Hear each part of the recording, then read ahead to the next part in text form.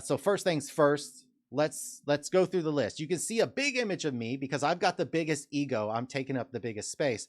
But if you look right over here, these are the people we're talking to. That's me. The blank area, the anonymous there, that's Counterpoint. Counterpoint, let's go ahead and give you an introduction. Hello, I'm Counterpoint. I started playing TERA originally back at the NA launch in May 2012. The thing that originally drew me to TERA was the art style of the world and the characters, but I ended up staying for the action combat system. Yes, thanks, Sarah Monin in the chat. Favorite classes in TERA: Warrior and Ninja for me.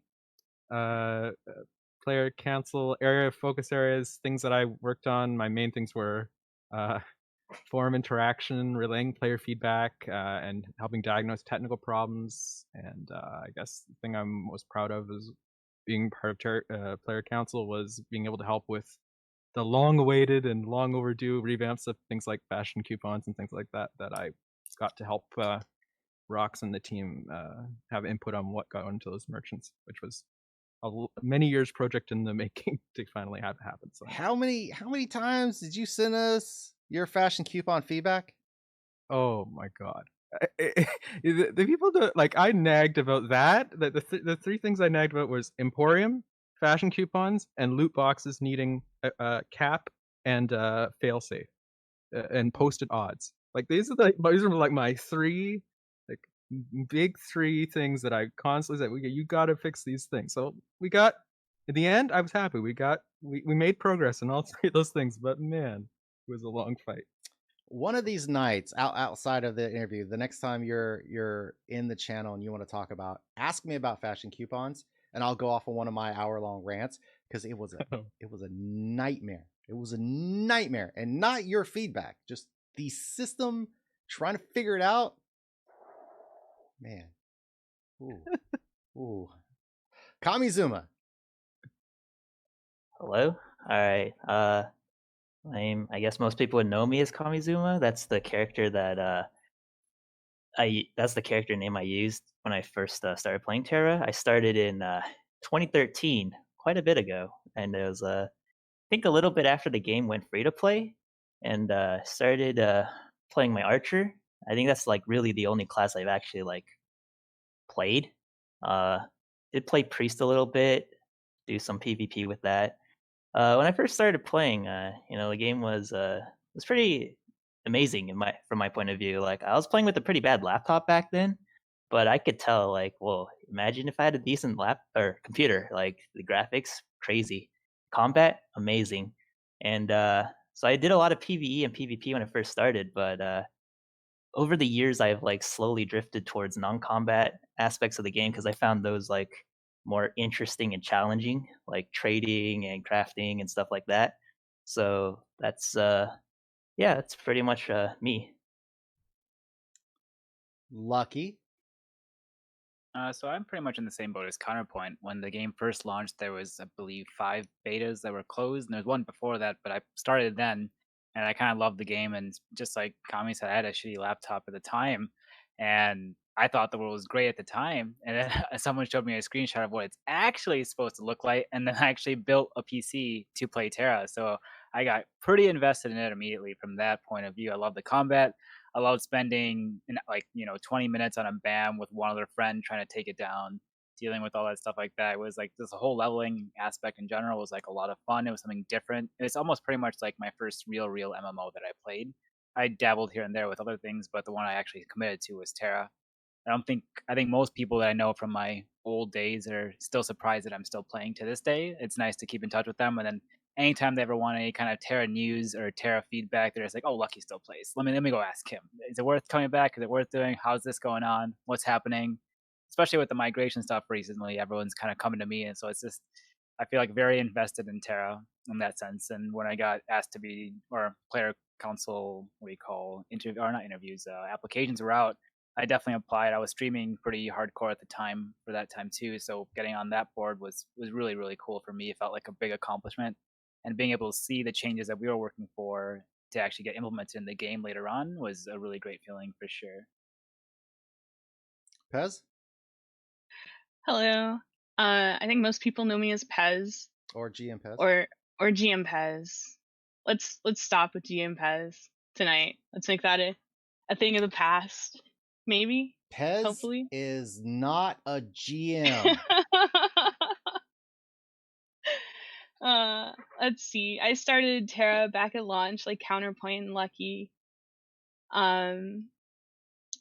The combat and the way the game looked, all of it was just fascinating to me. I never played an MMO before, and it was a lot of fun. Made a lot of friends. I joined Player Council when it was first announced, when Space Cats offered me a position, and it's grown a lot since then. I think my biggest inputs came with the Ellen Starlin events for Battlegrounds. I had a lot of help with the PvP community with that, and it was a lot of fun. Seraph?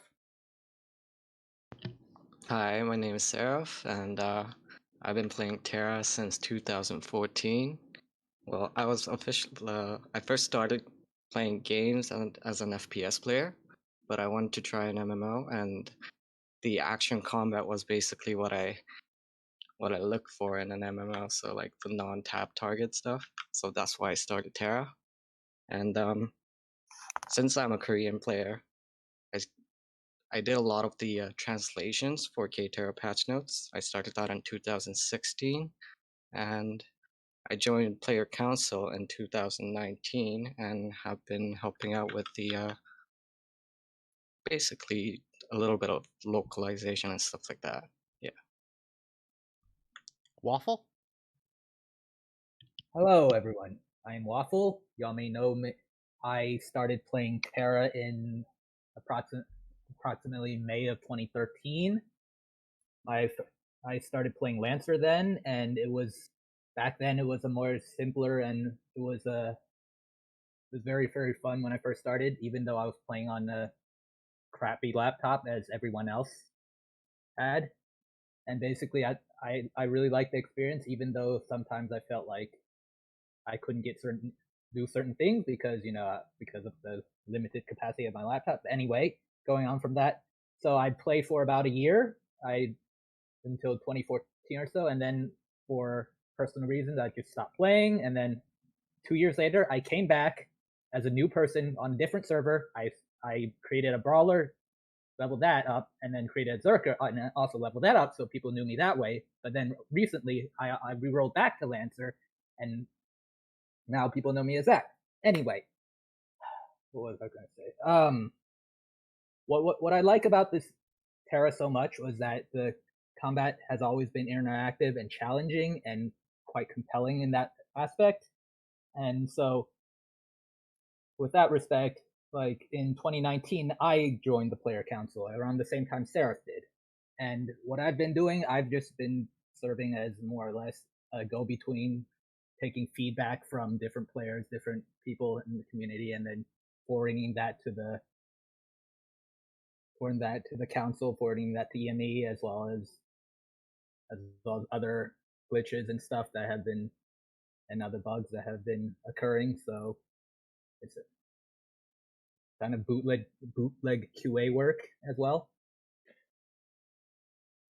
And TERA has been a great influence in my life. It's helped me interact and even meet a lot of people that in real life that I still talk with and chat with to this day. So where would I be without this, right? Well, chat, there's our Player Council that's going to be participating in an interview tonight. There are many more Player Council people that have come and gone. These are the fine folk that I could chain down long enough to do this.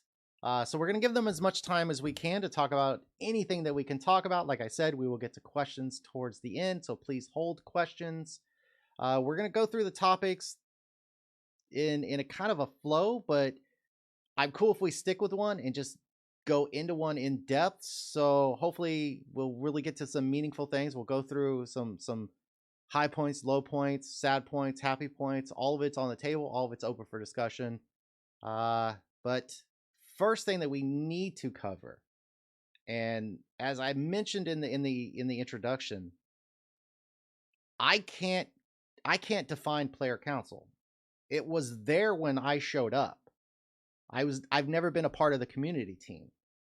So I can't say that I know what the scope of player council was. What was their goal? Why were they created? What was the need?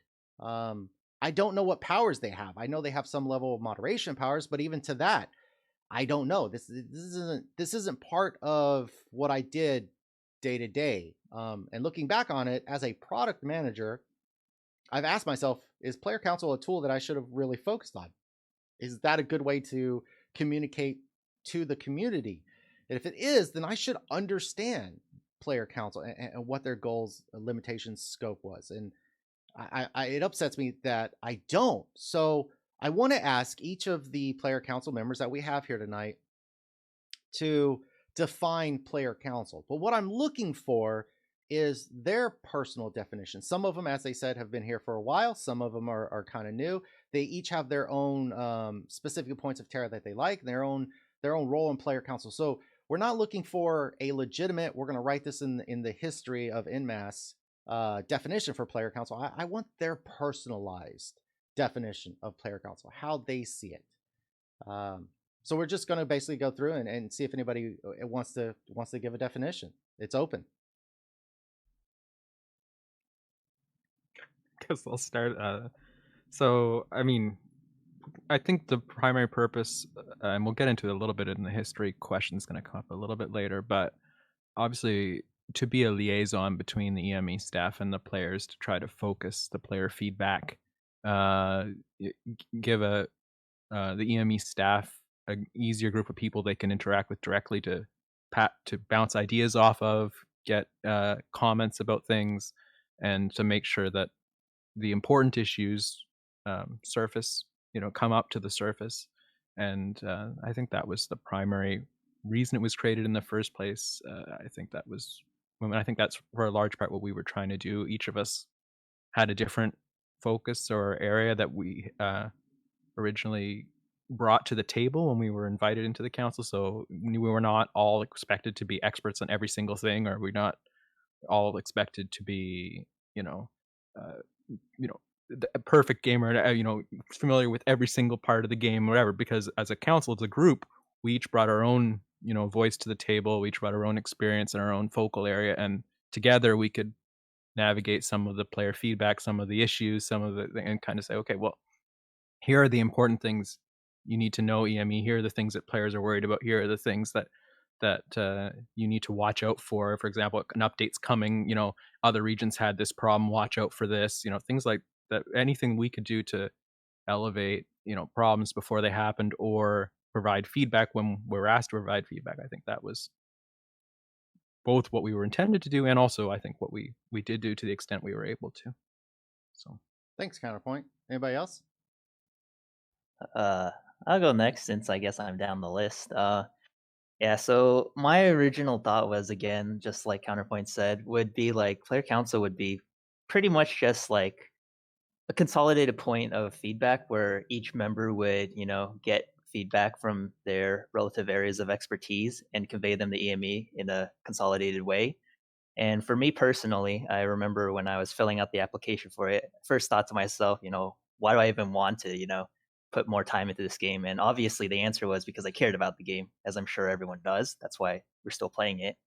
So it was exciting to, work alongside people that obviously care about the game and wanted to help make it better. And for me, when I applied, I basically listed my areas of expertise as the non-combat areas of the game. For instance, I said that I was interested in trading and crafting, and I think I have a lot of knowledge about that. So I would serve as a point of experience that I could provide feedback on.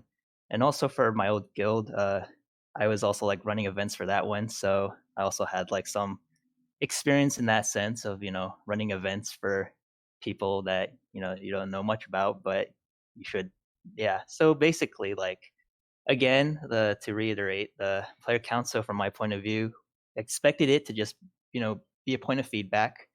I didn't really like think like it would be like kind of like a game changing kind of thing in the sense that, now that we're on player council, we can literally change the game how we want it because we know what the players want. But I did envision that our feedback would be taken seriously to some extent, and it could potentially like help guide things in the future. Thanks, Kamizuma. Anybody else?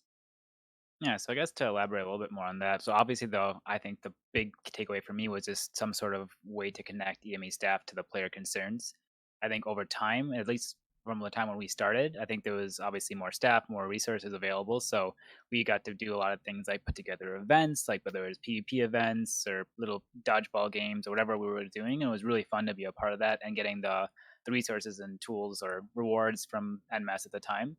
I think that was like probably like the peak of what was going on. We were able to just kind of be part of the community and also just say, oh, the communities kind of need something right now. Let's do this. And then we'd be like, this is our proposal.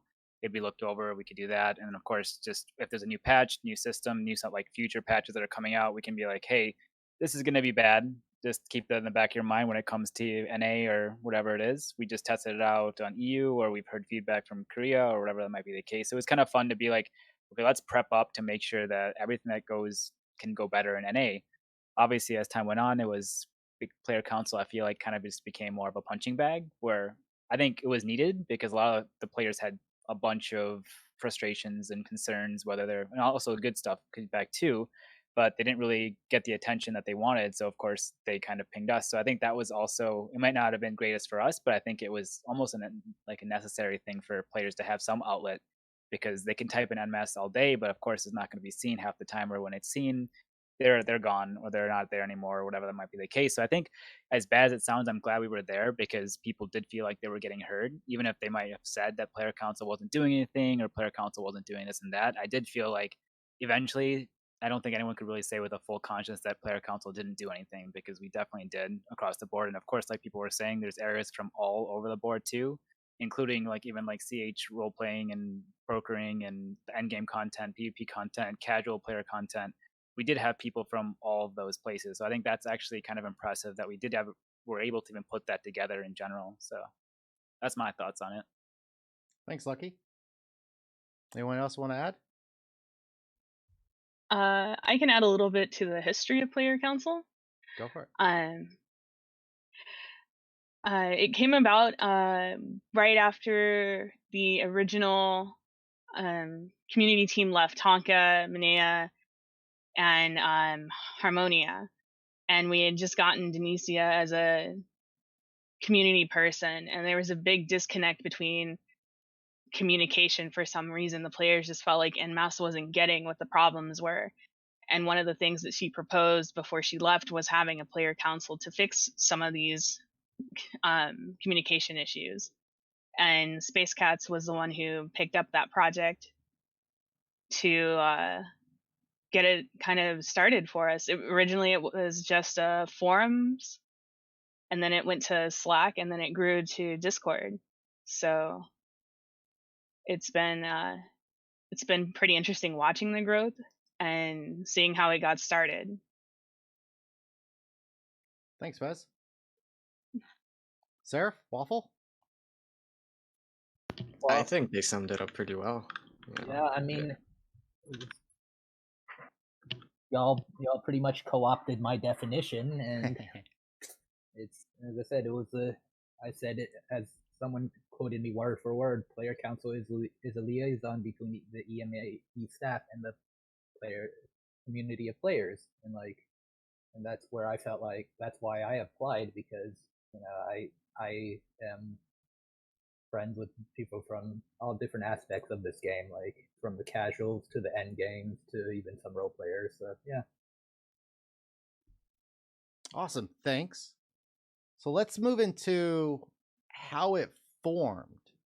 There's going to be a little bit of overlap here, possibly, if we talk about the intentions, the goals, what was communicated to you, or what you thought was going to happen. But I don't want to limit. So I think there could be a lot in this conversation, a lot in this topic. So please take it where you think it should go. What I'm curious about is what that application process was like. How did NMAS reach out to y'all as players, or Was there a way for y'all to reach out to En Masse? How did we identify that this relationship was going to be something that would be positive? Um, Pez just gave us the history of who the contacts were. If there's any more in depth, we can go through that. Like who you guys individually talked to, or how communication happened. I'm interested in that too, and how the early days of Player Council went, how it shaped. If you think that some of those things changed, or if you added to it, like what was the beginnings? How did this all come to actually be a council? So go ahead. Go ahead. Oh, okay. Well, it's like I said, it started with them putting out an application after the player, like there had been a huge outcry from the players that a change needed to happen, and this was one of the things that they were like, all right, well, this will be a change.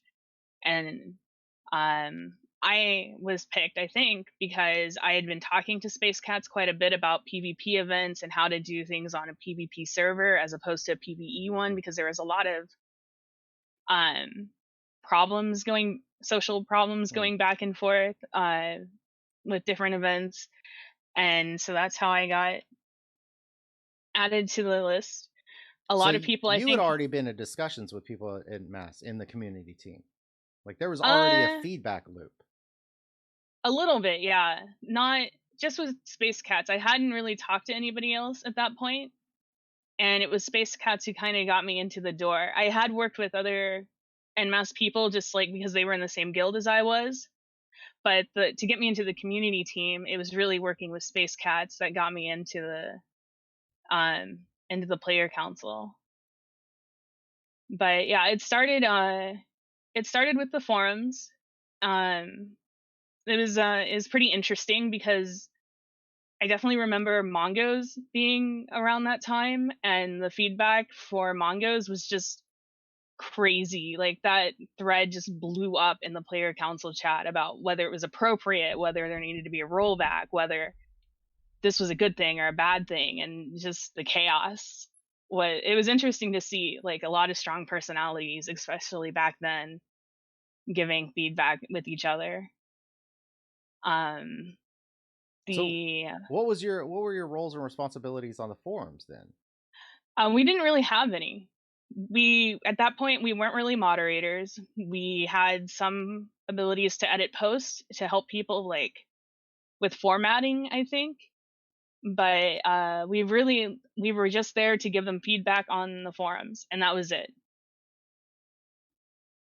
Originally, there was some debate or discussion about whether or not we would be forum moderators. If I remember correctly, the first version of the application form that Space Cats posted had implied that we would be, and then there was some feedback like, oh, I don't know if this is a good idea or whatever. I don't remember all the I don't remember all the conversation at the time, but I remember that the notice was updated at some point where it's like, no, they won't be forum moderators, but they'll just have some tools to help. Yeah. And obviously, as we go into the what's changed since, obviously that did change in the years that followed, but we'll get into that in a little bit future. But at the beginning, it was, we didn't really have any responsibilities on the forum. The forum was, we just had a forum for us to bring forward feedback and issues, and this is again before we NMS moved more towards Slack at first, because you guys were using Slack internally at first as well, and so we moved to Slack, and then eventually it said to Discord. But All right, I think the forums are mostly there just to collect feedback from everybody. Discord was fairly new at the time, and we had made a player council Discord at the time, and then it kind of became an unofficial NMAS, or I guess NA TERA Discord too. So that was kind of fun. But then obviously once it became, I think we ended up just closing that one down. I'm not mistaken. I don't know if it's still alive or not, but that was fun to be a part of that process because we got to pretty much start our own Discord that got super popular, and then before the official one came up and about. So yeah, we have. Go ahead. Sorry. Oh, we have Disco Dolly to thank a lot for our original Discord, because she came in and helped us a lot with player issues, technical issues, things like that. She was able to kind of come in and make it official, whereas before it was just like player council and the community people who had grievances that they felt like weren't being heard. Interesting. I And didn't then know that. I worked a lot with Disco Dolly. She was one of the primary contacts with the product management team. There were a lot of conversations. In fact, I've got it in a box somewhere. She knitted a little teddy bear for me once. Actually, she knitted a teddy bear for the count or for the product management team, and it would get passed to the product manager on the product at the time. And when it made it to me, when I got shifted over to TERA PC, it ended there because I refused to give it to anybody else. I think she also did a pig, like Yes, yeah, she did a Waddles, right? yeah, she did a Waddles. She showed me the picture of that one. And that But was real. That was real straw. Like, hey. So what was the player? Was I'm still not getting the full picture. Apologies. uh-huh. You didn't have the moderation ability. I assume you weren't creating threads and doing that kind of management, leading discussions. So was it so that Space Cats and CS and community could speak to you there, or were you actually engaging with the players on the forums? Like what was Those happening? it was a kind of a we had a special forum just for player council to discuss internally with the community team who were in there, and sometimes the product team, but at the time it was the community team. And so we would post our feedback, we would discuss it internally, and and Space Cats and the rest of the community team would monitor those threads and give us, in turn feedback and so on. So that was what we originally were doing. This is again before we had the Discord, before we had Slack and so on. So this was just the first step was we had this private forum for us to discuss with the staff, and then later on it evolved into. Yeah, that's all I was going to chime. I think the big thing was it's just there's no medium to actually have some communication between NMS and the player council at the time. I think I joined when it was already on Slack, so I didn't really do the forum thing. But I can imagine that back then they really didn't want to have us on the internal network, or nor was there really a good spot besides like maybe Skype or something at that time. So obviously it was just there's probably just like let's figure out some way to communicate with each other. So I'm guessing that's where the forums came in. I'm trying to remember Yeah. back. We didn't start with Slack. Slack came in a little bit later.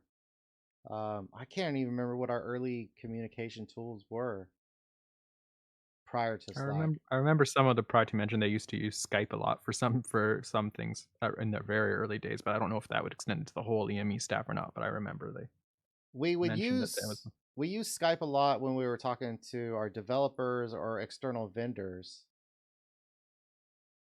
But I can't remember what was like on our local PC that we would talk in our office. I mean, we had a small office and it was all open. It was an open floor office. So you were just yelling. Yeah, that didn't like people would still like send messages all day and pass documentation through channels. Man, for the life of me, I can't remember what that was. But yeah, so like Slack wasn't there from the beginning. So it was probably pretty quickly after we all started using Slack that somebody realized this would be great to do with Council. Did that change your relationship at all with your contacts at EME moving from the forums to Slack? Yeah, it did, because we were able to interact with them in a more real-time way. We were able to get to know each other a little bit better, build up that trust, because it's like this is before the NDA where we could go into more details about certain things. So, and they didn't know us. So this was like a really good way for us to kind of bond and kind of go over different issues in the game and be able to get real-time feedback from that.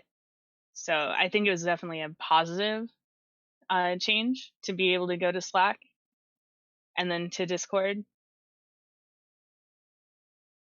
But that would be taking you out of any communication loops with the players, with the general population. So how was that working out? Was there communication between player council and the players? Was there information being I passed, mean, discussed yeah. there?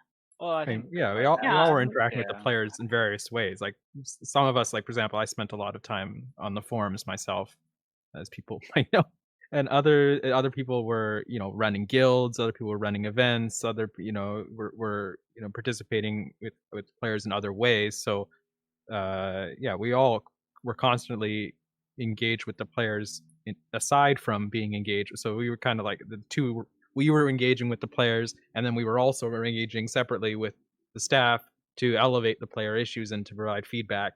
As these two different sides of what we were doing. But I mean, for most of us, engaging with the players was organic to what we were already doing, even before we were in council. Like one of the reasons I think I applied and was chosen was because I was already had a large history of engaging with the players on the forums and passing feedback along to the staff, by messages and stuff like that. So, they already knew me and they knew that I was engaging with the players. So I just brought that to the table as part of council. I think each of us all had our own little thing that we were doing. We were already engaging with players and then able to convey those experiences and filter the feedback up to the staff.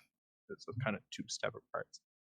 Yeah, I was gonna say the same thing. So we had plenty of mediums, and I'm sure even whether it's Terra or other games too, from back in my RuneScape days, we used IRC to communicate. So I think players will always find a way to talk with each other if there's not a good in-game system. So we just took whatever feedback we had there from Raid Call or Mumble or TeamSpeak, and then kind of went or Ventrilo, all those stuff like that. We had ways to communicate for players pretty easily, but I think in terms of NMAS and us player council at the time, we just needed a more like one secure and two like a good way to communicate messages as well as voice. So I think Slack was just perfect for that. But like I said, I joined after the forum thing, so I don't really have a comparison tool to say. But Slack was good and Discord was even better, which was funny because I think I was against going to Discord at the time. I was like, Slack is great. I don't want to leave. But now I think I'm We, happy. we were on Slack for work. You and I were both on Slack for our works. So at the time, we're like, Yeah. now we have to have two different messaging. This is before Discord was still a nascent thing at that point. Like Discord hadn't. Now everything's Discord, but at the time, like Discord, why do I need a second chat app on my computer? Right. That's exactly it. Was not as good as it was then. Yeah. No. Yeah, just Not kind of good now. Yeah, it's kind of building off like the perspective from the forum side because I joined at the very start of when Player Council was made. It's kind of the transition is basically you get to talk to people in real time versus we left like posts on forums and it's like I'm not sure if they've seen this yet, or then I'm sure they have but they haven't formulated a response yet. So then they actually reply like maybe a couple days later. So there's a lot of like delay in communication in that respect, and the transition to Slack and more like instant messaging systems where if they reply you can actually start the conversation right there instead of waiting for replies was a really big benefit.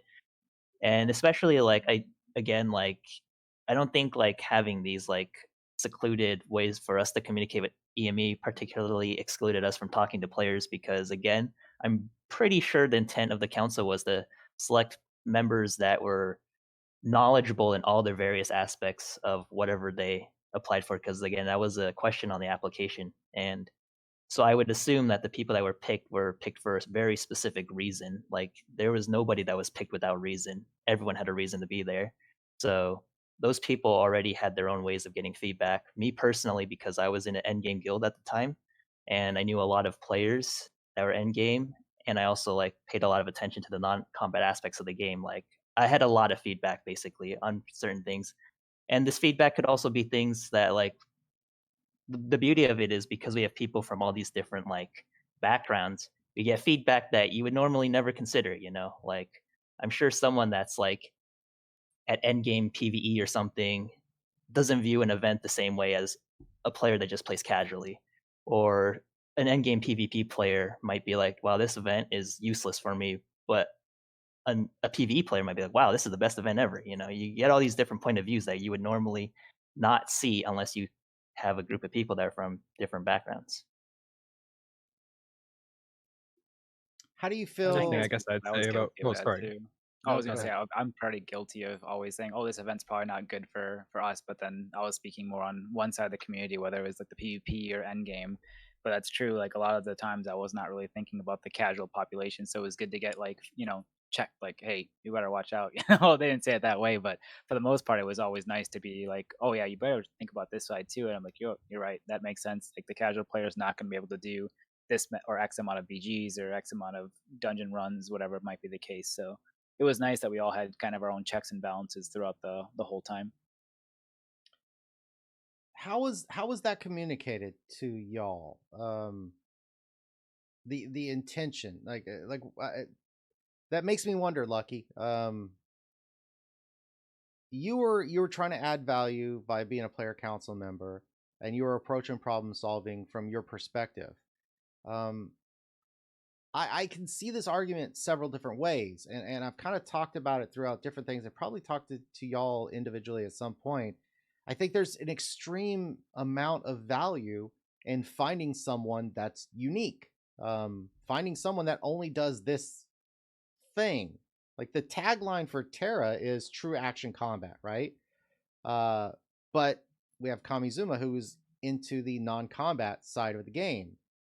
But I think that's extremely important. Also having someone that wants to RP, that's not going to go min max, that wants to slash walk. Having someone sitting there going, I don't feel a connection to the game because I can't RP walk or I can't sit. Those are all very important aspects because they do make up a percentage of your player base. That's a segment of your player base that has an issue. Something's not being addressed. The game doesn't quite fit.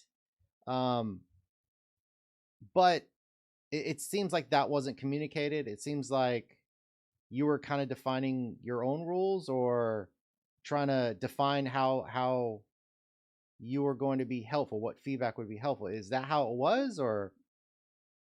I don't think anyone was calling anyone out. It was just more like it was good to see other perspectives. Like, for example, I guess there's a lot of examples but the one I can remember latest is we did a Starlin event where we'd have like 50 BGs. And in my head, I was like, that's not very hard to do because I'm like mostly into PvP, well, at least at that time. And I was able to get the 50, I think, in one weekend. And it was like, it was kind of a stress and I did a lot of work. But at the same time, a casual player who wants to just play a few hours on the weekend is not going to be able to do that. And also on top of that too, we had the enchanting weekend coming as well, so there was improved feedstock inside the Starland, so it almost became a necessity to try and get all that done. So from the casual perspective, that event was bad, but for me it was great because I got all the stuff that I needed in that weekend and I had a good amount of mats to enchant my BG gear or PvP gear. So that's why it's good to have the two perspectives to kind of check up on it. I guess my question was were you being asked, do you feel like you were being asked, or were you actually explicitly asked, give me your specific feedback, or were you asked to represent the community at large? Like you were mentioning like right there that you were approaching it from your point of view, but you were cognizant of how other players would take it. Like what did you feel like? Oh, I see what your question is. So I think when I say like I was thinking of a way, I'm thinking of the people that I play with, the people that are in my communities and my circles. So when I say I'm really just thinking about like that PvP community or that endgame community, because I think for the most part, everyone that I was playing with at that time, at least like because we ran the VG Discord, I think majority of people, and I'm talking hundreds, were able to finish those BGs on that weekend. So obviously that's not going to be speaking for the entire population, but there were people like that who were going to be hardcore and ready to do it. So when I say I'm really speaking to the people that like I was representing from my role in the player council, if that makes sense. So it's, yeah. I don't think it's not like any of us were like pigeonholed into like, okay, you are the representative of PvP. You are the representative. No, I mean we all had our things that we were brought to the table as far as what we focused on, what we spent our time on, what our perspective was, what our etc. But by being a council, a group of different people with different perspectives, but each coming from a different point of view, together we could navigate some of these discussions and balance equations when we had the opportunity to talk about it. When we were given the chance to provide feedback on issues, we could each bring our own perspectives to the table, and we could have a good discussion of, okay, well, from this perspective it'll be good, but you're missing out on this audience, or you're missing out on this group who might want this. Like if you're doing an event in PvP, then what can we do in PvE? And if you're doing an end game thing in PvE, what can we do for leveling players or to attract new players or casual players? And trying to at least have those conversations and balancing it with each person's different point of view, and also just trying to be, by working together over time, becoming more aware of other points of view other than your own, your little box. Okay, now you've engaged with other people from different perspectives, so you can know instinctively, oh, okay, if I'm going to suggest this, it's going to have this problem, it's going to have this consequence. So we need to think about that in advance before we even put it on the table, or you know, that kind of internal dialogue, I think, helped make each of us more aware of everything that's going on outside of our own little circles too. Yeah, and I think like we also learned to ask questions about events when they were presented to us. Like who is this for? Why are we doing this? Why is this event even happening? And that kind of helped us guide feedback too. Let's dig into that just a little bit. Maybe this becomes its own separate topic later on. But there's I've seen um, players guess a lot at what information player council had. I know the information I've shared with council, but that's been a very small amount of time in the council's history. I don't know how other product managers or how other teams shared information or what information would be shared. Um, so what Chat. would y'all see? Like you learned to ask questions, but what were you being given? Was there? Do you feel like there was more that you needed to have? And how did those things work? As a general rule, I guess I would say were provided often with a lot less than we would have liked. But occasionally we were given things in advance and given a chance to provide feedback. But oftentimes we would provide, an event would be implemented or something, and it would already start, and we didn't have any chance to review it, and then afterwards we'd have to provide the reactive feedback. But sometimes, depending on who the staff involved with it, how much lead time they had to work on it, whether they thought, "Oh, maybe I should ask player council about this."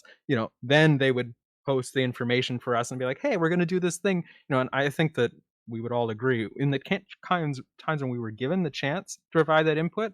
I think we were able to provide good value. Maybe we didn't solve every problem. Some things we would suggest would be rejected, or the staff didn't agree with our suggestions. But when we were given the chance, then I think we were able to provide good input. But I think far too often, I think a lot of people assumed that we reviewed everything beforehand, and most of the time we actually didn't. We saw it the same time the players did, and we just had to quickly collect the player feedback and react to it, and provide EME with quick input like, okay, you rolled out this event, the rewards are way too stingy, you need to improve it by specifically trying to focus on these things, because you know oftentimes, as EME would, especially in the more recent years, they would always default to being more conservative, and they would rather add rewards than take it away. So we often had events that started out really, really low and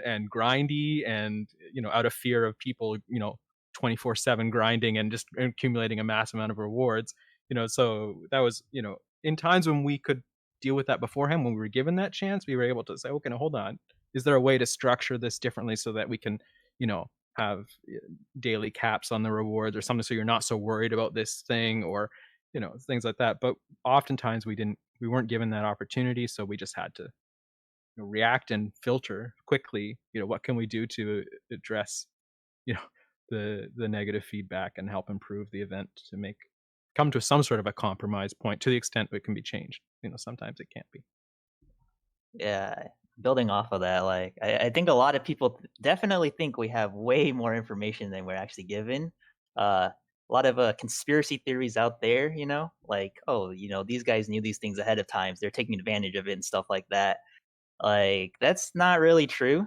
The few times that we were given information ahead of time is mainly to like kind of address like values, percentages, stuff like that, quantities. And even then, we provide our feedback, and then it's like, you know, they don't even like, they aren't able in a position to change it. But again, like other people said, the majority of time it's all reactive. We find out a lot of things the same times that the actual player does, and then it's like, oh, okay, all right, let's see how this plays out. We get the feedback. All right, next time you do something like this, you might want to consider XYZ. And then sometimes those changes go through in future iterations of the events. Other times they don't, but that's it's just how it is. I kind of want to bring up that one point you did because it was brief, but I think it was really important because I think a lot of people forget, or I guess they just didn't realize that even if they asked our feedback, NMS didn't have to take it, and I think that's the part that people just did not understand. Where they'd be like, "How can player council approve this event?" But in reality, there's times where we either did or didn't, but it didn't really matter because at the end of the day, it's not our product, it's not our, and I'm sure there's like so many decision making processes that go into it, whether it's monetary or fun or whatever that might be the case. So they can bring us the event, show us all the data sheets, show us everything that's going to be, and we'll be like, this is going to be bad. This is going to be bad. And they're like, okay. But then they do it anyways, or they change it. I mean, obviously it could go either way, but there were times where it wasn't changed, and we had a ton of feedback. And then the players are like, wow, this event really blows. It's player council's fault. And for you to say that's exactly why I had to bring it up because a lot of times feedback was given or it wasn't, but either way, it doesn't have to always be taken. That's the takeaway I say. So In general, go ahead, Counterpoint. well, I think in general, I mean, this leads into kind of the next point in our in the agenda, but a little bit. But I think that was probably one of the biggest points I think of friction, I guess, between the community and the player council, and also between the player council and EME themselves, is because of these, uh, the consistency in both asking for feedback and in implementing the requested feedback. Like one of the things, for example, that's the most frustrating for us in player council is you're given a chance to provide feedback. You take the time, you spend hours maybe going through in detail, doing all the research, providing all this feedback, and then you find out that EME decided, or Bluehole decided, or somebody up the chain decided, no, we're not going to do that.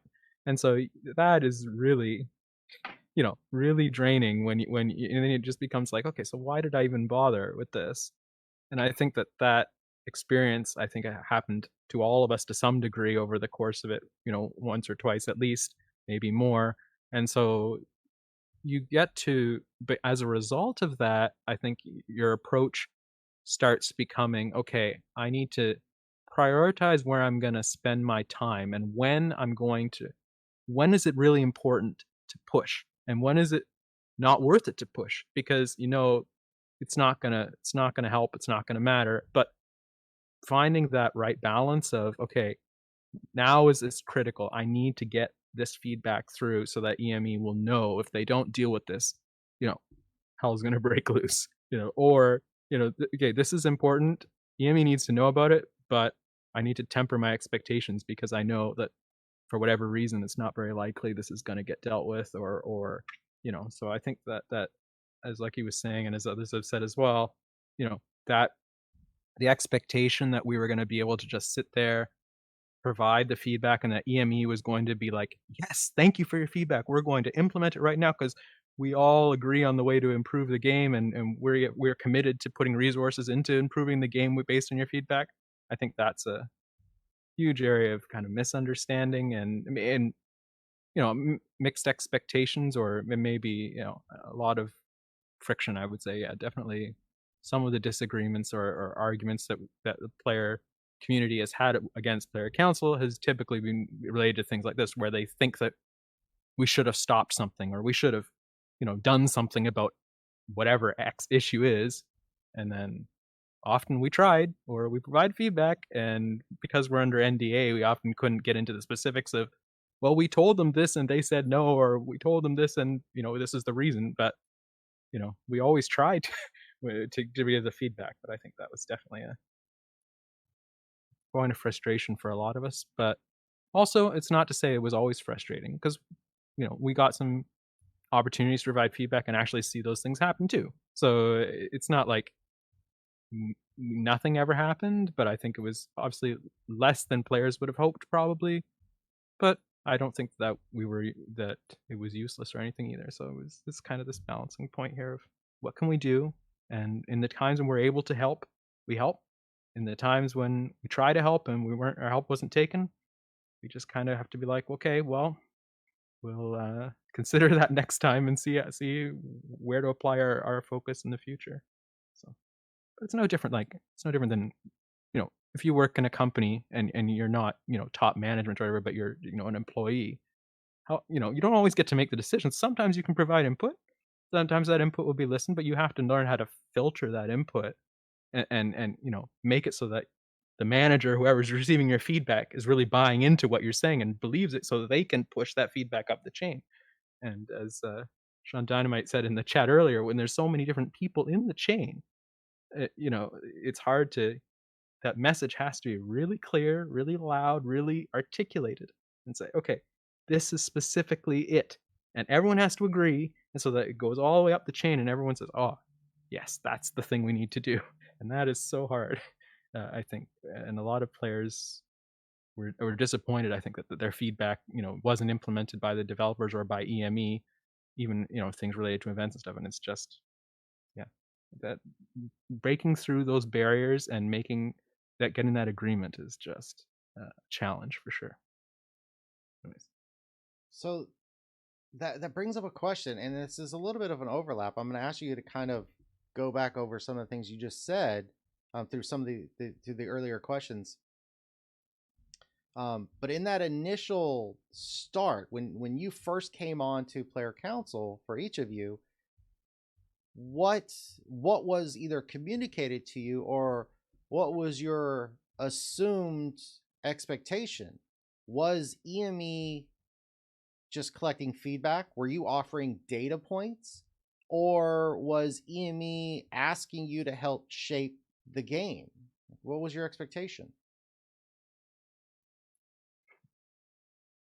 Expectation, I guess.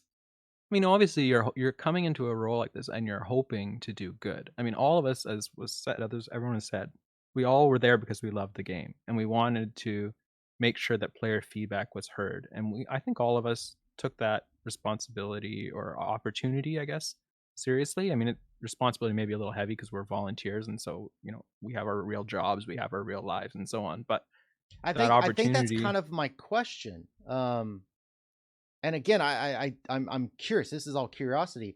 Did you approach it as a responsibility, or was it an opportunity? Was it like, I'm wondering like what you felt that relationship was, because as we've talked about, like players had their assumptions of what Player Council was there to do and what feedback means.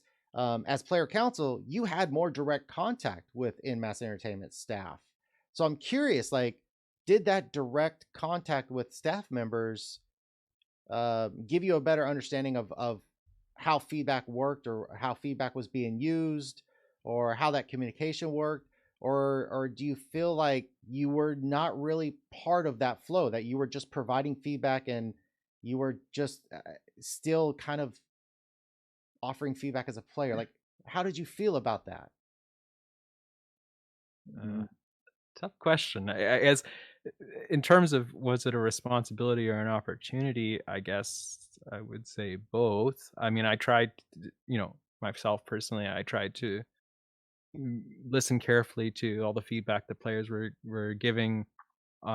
Oftentimes I would try to provide feedback back to them as if I was representing EME's side of the story, so that there could be we could try to have a kind of a conversation and boil down their feedback to kind of, okay, here is the actual real issue here. Let's get rid of the emotion about it. Let's get rid of the anger maybe, and let's try to figure out what is the nugget of usable, key feedback. So I would often try to play that role because that's something I think I can do, and sometimes people got mad at me for that. But anyways, so I took it as, this is something I can do to try to help the players get their feedback elevated to the extent that I can. At the same time, I had to, come to terms with the fact that, yeah, we're just, you've talked on some of your previous streams about how you felt as a product manager about sentiment reports. Okay. Player Council was the graduated version of sentiment reports. And you know how much you respected sentiment reports? 0. So, I mean, That's I think not necessarily true. Okay, 1. But I mean, I think that we had to come to terms with the fact that because we started out as a community thing, and then community team kind of dissolved over the years eventually. We got absorbed into the responsibility of the product team, but the product team wasn't the one who they didn't set us up. They didn't call on us. We were just there. And so it was up to the product teams to decide how much and to what degree they were going to take advantage of us being there or not. And that's and it was never part of their design. It was never part of their job responsibility to do that. It just this group was formed by community team. Community team's not really there to manage anymore. Now the product team comes in. So I mean that's kind of, maybe I'm going a little bit away from your question, but I mean you get this idea of, okay, what is a responsibility and what is, an opportunity here. We recognize the limits of our role and the limits of what our feedback can do, but also we've seen from experience times when we were effective in bringing meaningful change, even if it doesn't solve, a lot of the problems are way beyond one, group to solve, or even EME themselves to solve. But you know, you kind of say, okay, well, there's good I can do here, and so I think that those of us who participated and stuck around were trying to bring whatever good we could to the table, and there's an opportunity and a responsibility in a way, but at the end of the day, I think you had to try, and I know personally I had to try not to take it too personally, because we're volunteers, we're not paid, we're not, we don't have any, they have no obligation to listen to us, so we do what we can, and we try our best, and that's about it. I don't know. Everyone else, I think, needs to consider their own perspective on that balance, but I think that's, yeah. Yeah, for me personally, like I saw it as an opportunity to like provide feedback for the game because we like this game, we want to see it succeed and stuff like that.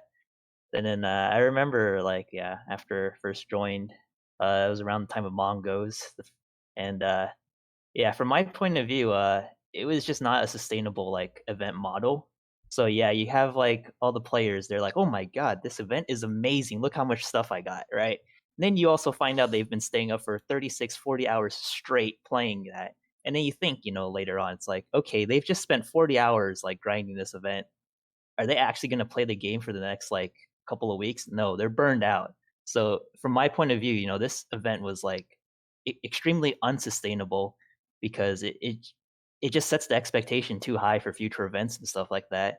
And you can hate me for having that opinion all you want, but I was looking out for the long term aspect of the game because that's what our common interests are. And I'm pretty sure if we had events like that all the time, there would be no meaning to play the normal game because you'd just be playing for events. And, so again, I saw it as an opportunity to provide a point of feedback that some people might not consider. Most people were like, oh, this event's amazing. But from my point of view, it wasn't really a good event for the sustainability of the game.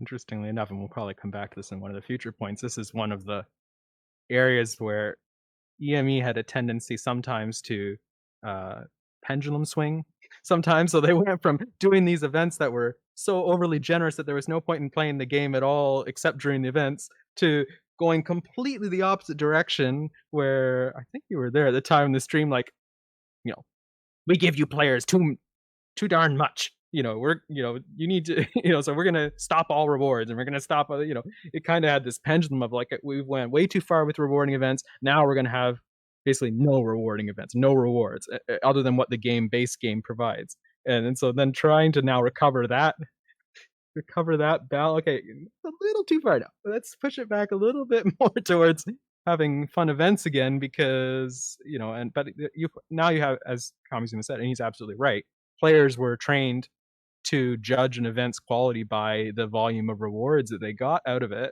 And so now, how do you recover that perspective? It takes a long time, and I don't think we never necessarily got to the right spot with it.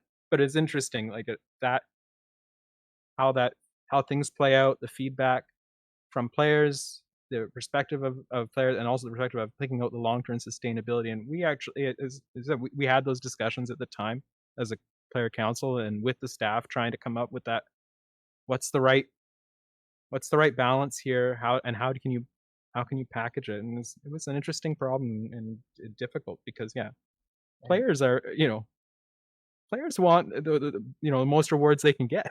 Obviously, it is a general rule. You're never going to have people say, no, please give me less rewards. So how do but and so you want to make players happy, but at the same time, that's the kind of conversation that was interesting to have those conversations anyways between us. I mean, that's the main thing that we might get to in a future, in another topic down the line. But people getting trained to rely on events or only play during events and stuff like that. And as you mentioned, the pendulum is swung too much the other way, where having no events also turns people off, as we plainly saw. I think backtracking a little bit onto your original question, because I kind of wanted to go back on that, was for player council, like why do you kind of do it? And I think it does stem down to the fact that we all really wanted the game to keep going, or we wanted to make sure the game was in the best shape that it was. So when you say like, was it a responsibility? No, but I think it was more like if we didn't do it, then who would? And we really did want it. Like our intentions were good. It's not like, oh my god, like if we don't do it, no one's gonna do it, game's gonna die. It's like we were doing it because we really wanted the feedback to get through and also like have the changes. You know, we've gone through so many ups and downs of Terra. I'm sure you've heard it, you've seen it. Terra's dead. I mean, they've been saying it for like 6 years, but it's still going. But luckily, like some feedback's going through, and it's making those changes to make things better. I mean, point in case would obviously be like when Darklight and Annihilation came out first at the time. Like I think majority of the population quit because it was just the grind was too hard. And like we just kept pushing that feedback. I'm sure you were tired of hearing it. We were just saying this is not sustainable. People cannot just grind these mobs for 30 hours in hopes to get one weapon that has crappy stats. It's just not sustainable. And we just kept pushing it. Eventually they made it more available because it started dropping from dungeons. And I don't know if that was our feedback or just Bluehole in general, but when you see that, then people started coming back to the game because I could be like, hey, remember that Darklight that took you like 30 hours to try and get one piece and you need 4 pieces? Well, now it's just like candy. You can kind of pick and choose some stats. You can get like 1 line, 2 line stuff for 200K, and you can get a good set for under like a playable set for under like a mil. And they're like, oh, okay, I have a mil in the bank. I can probably get something to play, and then they can start playing again. So seeing that, that's like the joy you see because yeah, sure. If we didn't do that and they just like stopped playing like everyone else, then who knows? Then it would have been a situation that we could have seen even like right now years ago too. When I came onto the product team, and even before, I think I mentioned this earlier, when I was in QA, an issue would come up, and I'd go ask customer support, or I'd ask the product manager, I'd ask somebody, and every once in a while, I would be told, "Go ask player council," and I wasn't there in the early Slack. That wasn't me. So once once I was being directed to those channels, I didn't know what I should be giving you guys, how much information I should give you, and there are things that I have the power to manipulate from QA, from product management side, but there are areas that I definitely don't have the permission and sometimes the ability to manipulate.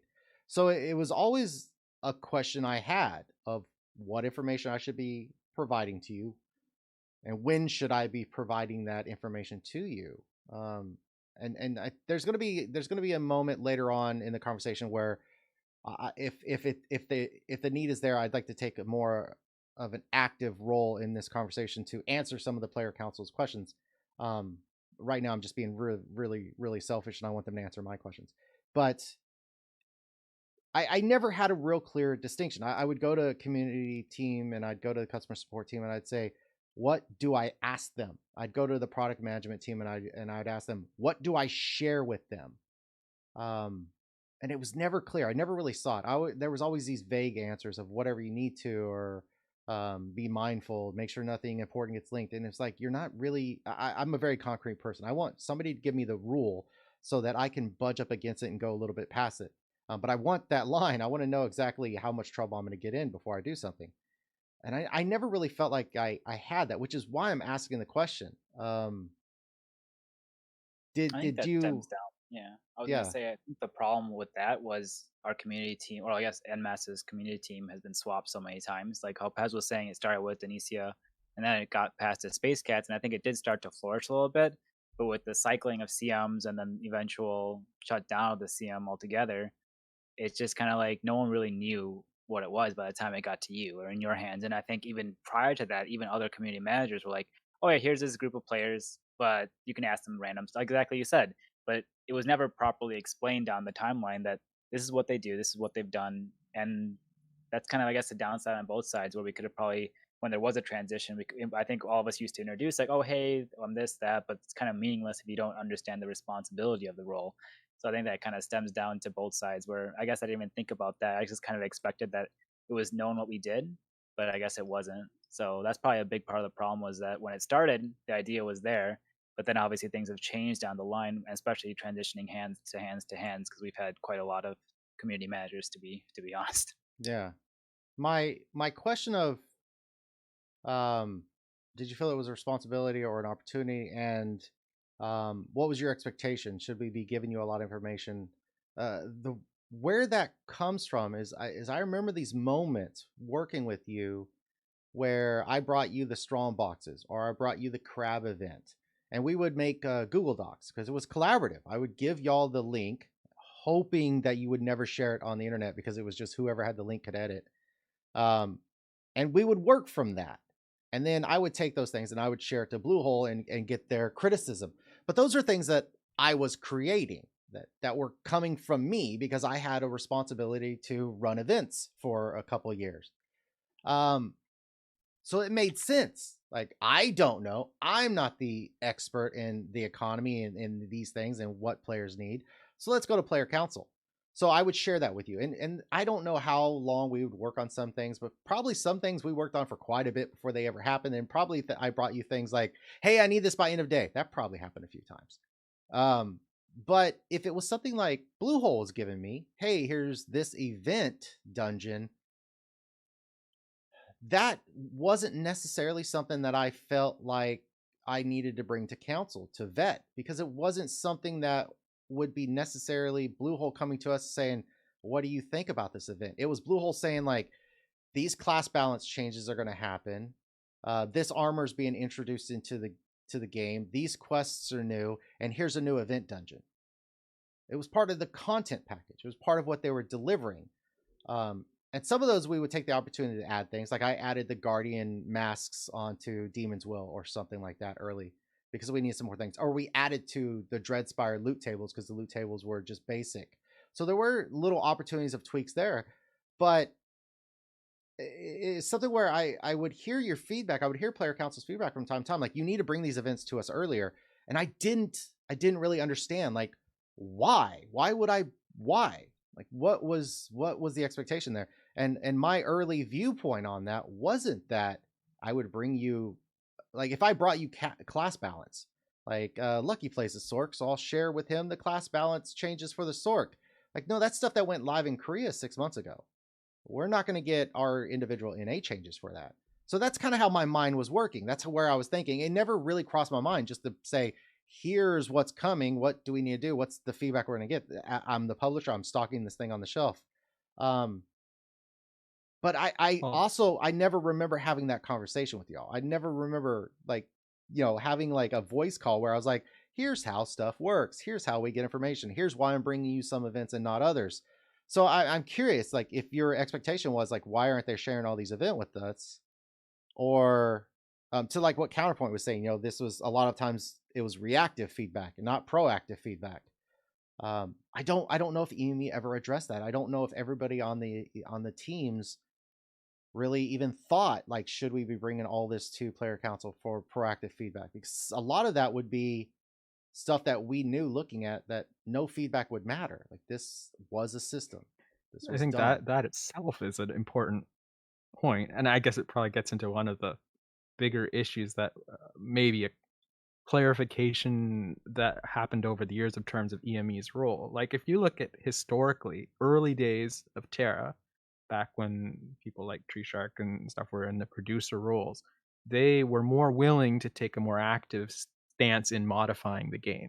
They were willing to add loot to dungeons that were part of the base game. They were willing to modify, like Tree Shark created an entire new merchant for PvP gear because the stuff that the Korean build had was not suitable, and he decided, PvP players should be able to gear by only doing PvP. So he took it upon himself to spend weeks putting together this giant plan of all the how long it would take you to do it. So in those early days, EME seemed more willing and able to directly impact the content in whatever they thought is their job to say, yeah, we're the publisher, we're putting it on the shelf, but to the extent possible, we're going to improve the packaging, we're going to improve the presentation, we're going to improve the sale value by adding our stamp on this so that players will like it.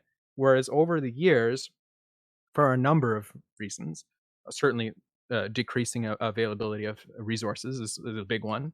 The EME staff lessened their willingness, that view of, well, we're just putting on the shelf, changed. Like, that wasn't the way it used to be seen. It was like EME's job here is to make the game work in North America. But then it became, no, EME's job is to take BHS's game and just deliver it in North America. So this subtle, maybe never fully voiced until now, kind of change in philosophy that happened as a result of a number of situations. When Tree Shark left, the situation with those mounts with the stats, all these different things happen, and it's kind of like EME's role subtly shifted. So, okay, go back to your question. What stuff should you bring to us? Well, when is our feedback going to matter, and when is it not going to matter? I think by that point in time, most of us on Player Council understood that things that BHS put that were part of the base game, EME had no real say over. But there were often events that EME would run that were not part of the base game, and for those ones in particular, we would have liked to receive the advanced feedback. And again, that was highly varying on who the staff person was who was doing it, like if it was you, or if it was a different product manager, or if it was some other assistant who was doing it, or it also depended a lot on time, lead time to prepare the event. It depended also just whether they thought about it. Like, oh, maybe this event is something that we have some say in, so maybe I should bring it to Player Council. But different staff didn't always, they weren't always necessarily, their plan, their timeline, their expectations set from their managers or whatever, were not always building in that window of saying, okay, here's our feedback process. Our system is, we build design, we have this feedback stage, we implement the feedback, but if that's not part of the system and it's just up to chance whether the person who's doing it is going to be like, oh, I should really do this, then it doesn't become systematized, it's not consistent, and that's where you get this mixed bag of, okay, well, I know if GuffyBear's working on it, then I know he's going to remember to ask us. But if someone else is working on it, they may not know us. They might not have that relationship. They may not have that trust. So they may not say, oh, I should really ask them. Or they may feel like they may have gotten advice from BHS on what things should be, but it was advice, not a direction. So they may have more say than they think they do, but they may not feel comfortable. Like, I don't really want to mess with this, and so there's all these kind of factors, when can we give feedback, and when can't we give feedback, and when is it going to be listened to? It's not always clear to anyone, really. But over the years, we definitely saw that trend of lessening willingness or ability or desire to manipulate with the base game. And part of that was switching to monthly patch cycle was a a huge, back in the day, when Tree Shark would edit the drop rates in dungeons, we would have those dungeons as that build for 3-6 months, whatever. Nothing was going to change in that time. So, okay, have at it. Change what you want, because in 3 months or 6 months, that time is well spent. Whereas if you get a new build every month, and all your changes are just going to be wiped every time or whatever, how much willingness are you going to spend on doing that kind of stuff? So there's a lot of factors, I think. But yeah, in general terms, I think Player Council became savvy enough to understand EME things versus BHS things. But even in the EME side of things, that consistency of asking for feedback was not always there. Sometimes was great, sometimes it wasn't time, there wasn't opportunity, and so it became purely reactive. Yeah, I think in the beginning we would have I think we were hoping that we'd be consulted for everything, because why make this council if you're not going to use it, right? But then as has been mentioned, we realized over the years there's definitely a distinction between what EME is able to do, allowed to do, and can do. So we just slowly realized okay, there's probably a reason that they're not consulting us for this, right? But there are also other times where, again, has been mentioned, we were like, wow, why didn't they consult us? This is clearly something that they were able to do. Like, why did they just go along with this? Like, I just remember like there were many events that just like rolled out, and I'm just thinking to myself, wow, I can't believe they put those items in there or at that quantity. I'm like, they're crazy. Like, this is just insane. And I'm like, all right, if they had consulted me, I would have told them like, this item it's not worth putting in there, or this item, well, you really can't put that one in there. It just kills that item permanently for the future of the game, stuff like that. And then I'm just like, okay, I guess they didn't want to ask us about that, but I'm just like shaking my head, like, wow, I really can't believe they didn't ask us about that. But, like, I'm sure there are, like, reasons for that we don't know about, but I remember there definitely were some times where I was kind of frustrated and surprised at, like, some of the decisions for events, and I'm like, "Wow, okay." But then there are other times where we were, consulted for events, and I'm just like, "Oh, okay, yeah," like, we did make some changes that I think were for the better, I mean, you can't always tell, right? But I think that the changes that we were able to provide in terms of feedback for some things were for the better. So I think like, yeah, the expectation was like for me, like I would have hoped to be able to consult on things that were relevant to what my area of expertise is. But realistically, I'm just another player, so it's I'm just a player, right? They don't have to ask me. Like I'm not. I'm just a player, right? So, but I hope to have been like a point of reference for it because I know like you don't like you're designing events, but you probably don't know like the 5-year history of an item or something like that, like I do, because I've been working with that item for so long. So I would have hoped to like, save you time by like providing that experience for you in a consolidated way. But at the end of the day, I knew my place like I'm just a player. Yeah. I think that was a big frustration that a lot of us had, where we were like a big resources and we kind of committed all of our time, like Counterpoint was saying, we're volunteers. And then when we saw stuff that got published out, and we're just like, oh my gosh, like why? It's just kind of like if we just looked at this for even a spare. I mean, obviously you guys did, so I'm not saying it's like all events were never crossed by us. Like, of course, there were times where it was fine and we got to review it, and of course we knew we didn't want to make an event too OP as much as we wanted to, but at the same time we wanted to see, I like if there was a way to be like, hey, just check out this event. We might not change it, but at least look at it, and we could be solving a lot of problems. But I think a lot of the problems end up stemming to the fact is you guys are working on the game, so it's kind of hard to be able to work all day on the game and then come home and try it out and keep playing the game. It's exhausting. You're gonna get burnt out. So a lot of us just and it's a kind of a common sentiment that EME didn't really play the game, and it's kind of true. But that's okay.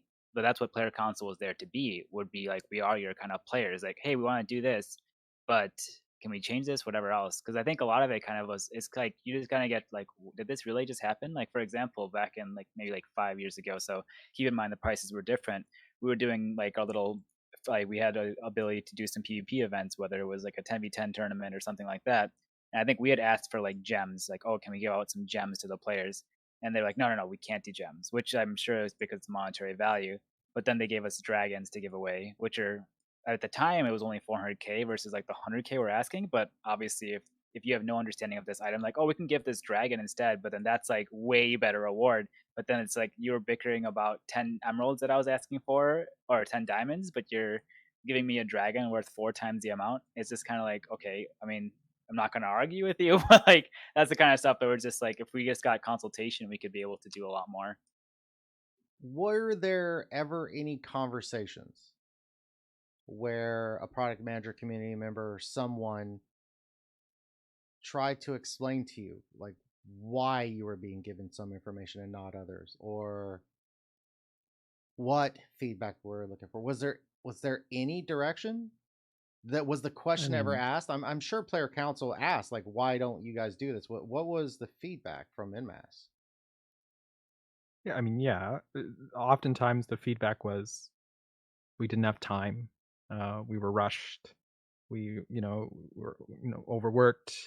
We just we didn't. I don't want to say we didn't think about it, but just the opportunity didn't happen. Uh, I mean, it just didn't work out. Was often the kind of feedback we would get, and it was unfortunate. But at the end of the day, um, the the job of the product management team is to meet their deadlines, and if their process doesn't accommodate having that review phase in it because of whatever other responsibilities they have or deadlines that are too tight or problems with the backend systems or whatever reason it is. I mean, in the end, it's what gets cut is, you know, the the importance of hitting the date was often more seen as more important than doing it right. Right. So I don't know whether that's because of internal management at AME was managers were pushing them for certain deadlines and had to align with patch dates or had to align with, I don't know all the internal factors, but I think that it's just it wasn't a system in place to ask for feedback and to get that feedback. It was a happenstance thing. And so when the people working on it had enough time and it occurred to them, hey, you know, let's ask, then they would. But oftentimes I just think it wasn't part of this. It wasn't a systemic approach that EME had to get this player feedback. It was a random thing that depending on the person, depending on the time, depending on the circumstance, depending on if it had been more systematized and said, no, we're always going to have this process, and in that process, we're always going to have this feedback phase. We're going to have this adjustment phase, and then we're going to have a final review phase, and the player council is going to be part of that in this way. It would have been great to have had that kind of a system, and for everyone to have visibility of, okay, here's our system and here's what we're going to follow, and when we set dates and deadlines internally, we're going to build this into our system. But obviously that's not up to us. That's up to EME to implement those kinds of processes internally and then to decide that we should be part of that process. But because we're volunteers and because we're not employees, we're not developers or whatever, I think that we didn't get thought of as part of the process. We're just this outside thing. We're kind of this nebulous cloud that is there, but it's up to the people involved. We're not part of the system at EME, and so I think that's, and I guess it's understandable to one degree. But on the other end, you have this group of people who can give you this kind of feedback, and I think we would all contend, at least, that in the times when we were able to get that feedback, we could demonstrate concretely with metrics that there were improved results, both subjective and objective. So I if you looked at it that way, you can say, oh, I think that it's worth doing, but at the same time, that requires a high level management commitment to build that into your process flow. And I think that it's difficult, especially because, as we discussed previously, the history of how this team was formed. It wasn't formed by the product team for the product team. It was formed by the community team to help them do sentiment reports, more or less. So, okay, so now how does that transition now into the product team integrating this community team into their, how much did the product team integrate the community team into their feedback process to begin with, even before player council was involved? So, you have all these issues, the internal department issues, communication issues, timing issues, management pressures, time, money, and all these things. And so how does a volunteer council that you didn't even set up in the first place play into this system? I think that's where you're expecting consistency in that kind of environment is just not going to happen. But as everyone said, it was regrettable in the kinds when we knew the moment something came out, we knew that, oh my gosh, if we could have just had 5 minutes to tell you don't do that, then we would have saved days of drama. But that, and so then all you have to do is, oh, okay, well, we can say we would have told. It's not like even I told you so, although we had those too. It was I would have told you so.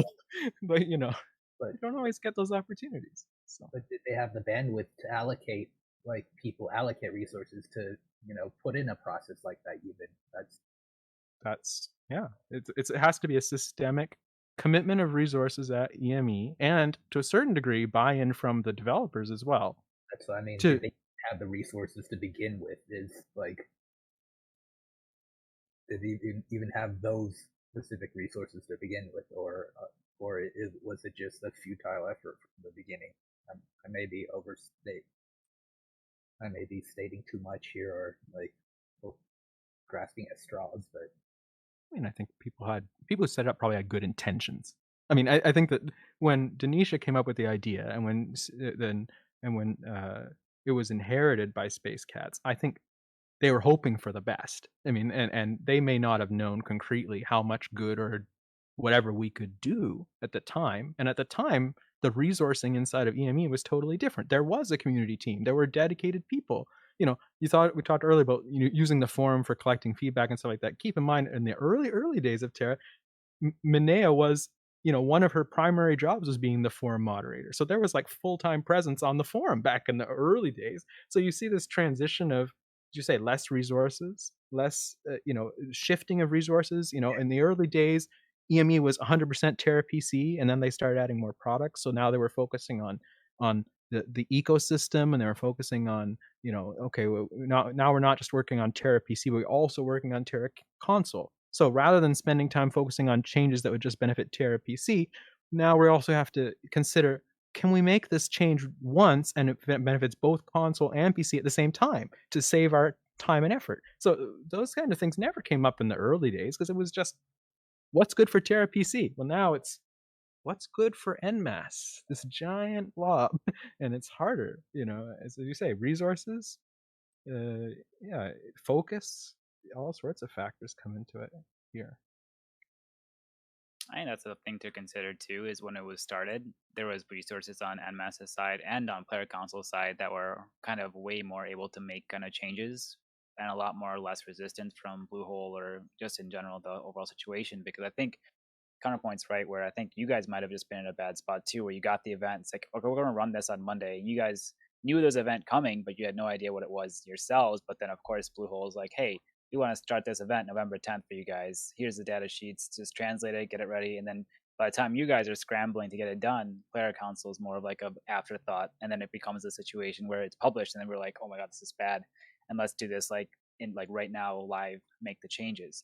So obviously, if we had a person more dedicated to be like, okay, I know what Player Council is. And I think I actually kind of probably missed this throughout all the years was that we didn't really explain to the new people that were coming in because we had new people who were either shifting roles or just new staff in general. And besides introductions, I don't think we actually did that. So I think I'm actually just thinking about that too, that could have been something I could have done or we could have done better to be like, hey, this is what we do. Feel free to run everything by us that you want to or can run by us, and we can help you. And we didn't really do that. I guess we kind of felt like it was unspoken, but maybe it wasn't as spoken as we had imagined. Yeah, I mean, when staff changes, that the hidden knowledge or whatever that gets lost in transfer of staff or that hidden experience. I know that one of the things that was talked about in one of the earlier interviews with the staff was, EME in the early days had a really good experience working with some of the developers in Korea who were working very strongly in the foundation of EME, but over time, some of that Bluehole staff changed, and so the relationship between EME and Bluehole, you know, suffered or changed forms as different staff inside Bluehole changed. So it's the same here. The relationship between us as a council and the EME staff, there wasn't the transition between different staff members wasn't necessarily smooth or consistent in terms of the kind of relationship we had with them, the kind of relationship they wanted to have with us, or that they could fit into their schedules, or that fit into their picture of what their role was, or that management was telling them that our responsibility was. So there's a lot of, as you go between staff members, that consistency, yeah, we could have probably done more to help. Hey, we're here, we can help you, here's the ways we've helped in the past.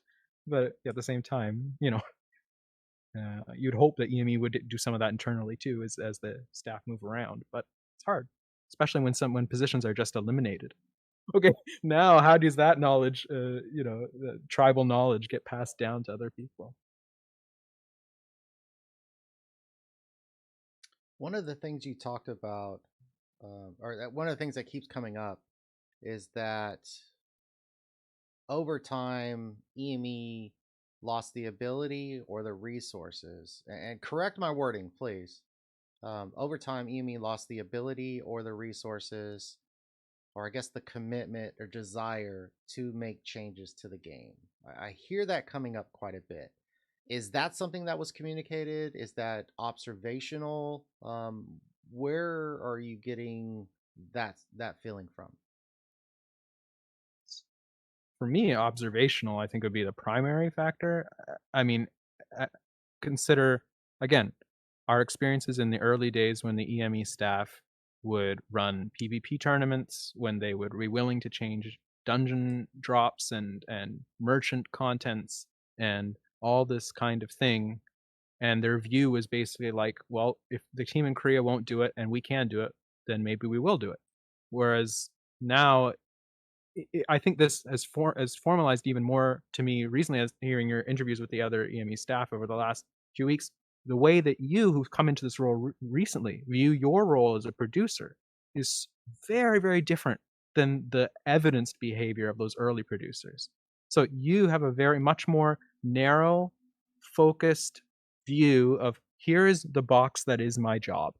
Okay, and here is the box that is Bluehole's job, or the developer, in your case, Natix's job, and so on, right? You have a very, but in the early days, I don't think that, and even some of the staff that you've interviewed talked about that. In the early days, they were much more hands-on, and we've got to drive the product. We've got to, so marketing was involved, and product teams were involved, and how can we make the game more saleable? How can we make it better, and how can we use events in the game to bring traffic to the site and take advantage of things that are happening, like when the launch on Steam. How can we take advantage of that and tie in the things that we're going to add, like when EME developed the BAM Killer event, for example, was a huge production and involved tons of people at EME, and that was, I think, for me, one of my best memories of things that EME has done that sticks out at me as being like, wow, they really put in the extra mile to make something special for the players here.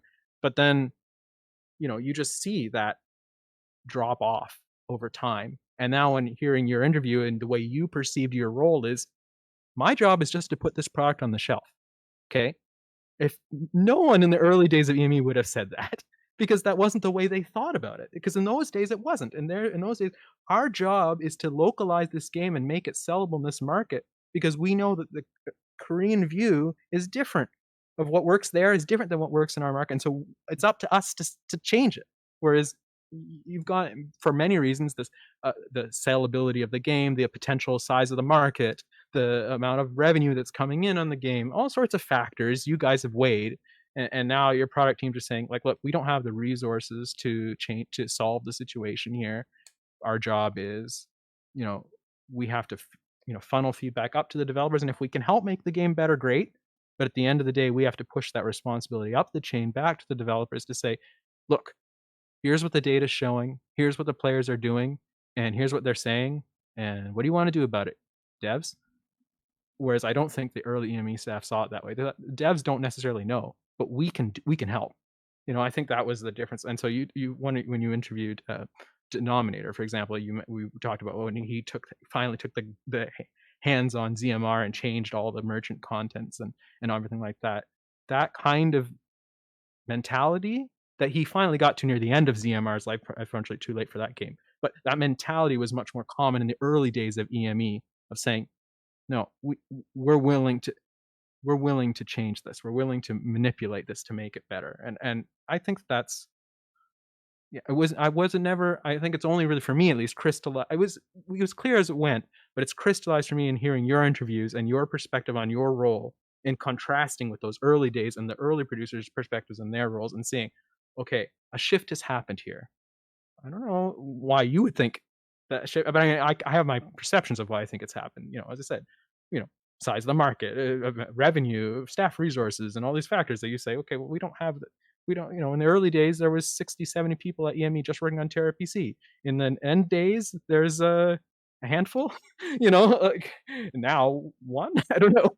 So, I mean, like, you can see, like, okay, well, that necessitates different, you can't take that Superman attitude, I can save the game attitude anymore when you're just one-man army kind of thing. I mean, I imagine that's part of, I don't know, you could certainly say from your perspective how how that came to be. But I mean, that's certainly, I would say my perspective, and I don't know, it won't be for everyone else, but I think that we became aware over time that the EME that was willing to radically make changes was no longer there. And the frustrating part for the players was they would look at other markets, other publishers who were willing to spend, who maybe were focused more exclusively on Terra. They didn't have to worry about console. They were focused really on Terra PC, and they had expertise in-house who had been around since the early days still. And we were still able to do things like adjust merchants and even create new content and things like that. And so players would see that and say, okay, clearly it's not an issue of being allowed, because this other publisher is doing this thing that we want our publisher to do, and they're not. So what's the issue here? Is it that is it lack of willingness, lack of understanding, lack of especially when you know that this publisher used to do those kinds of things and now no longer does. So I think that's the conversation that never happened with the players. And how do you have that conversation with the players? Like, hey, players, sorry to say our game's not making as much money as it used to, so we can't afford to do all the stuff we used to do. Sorry about that.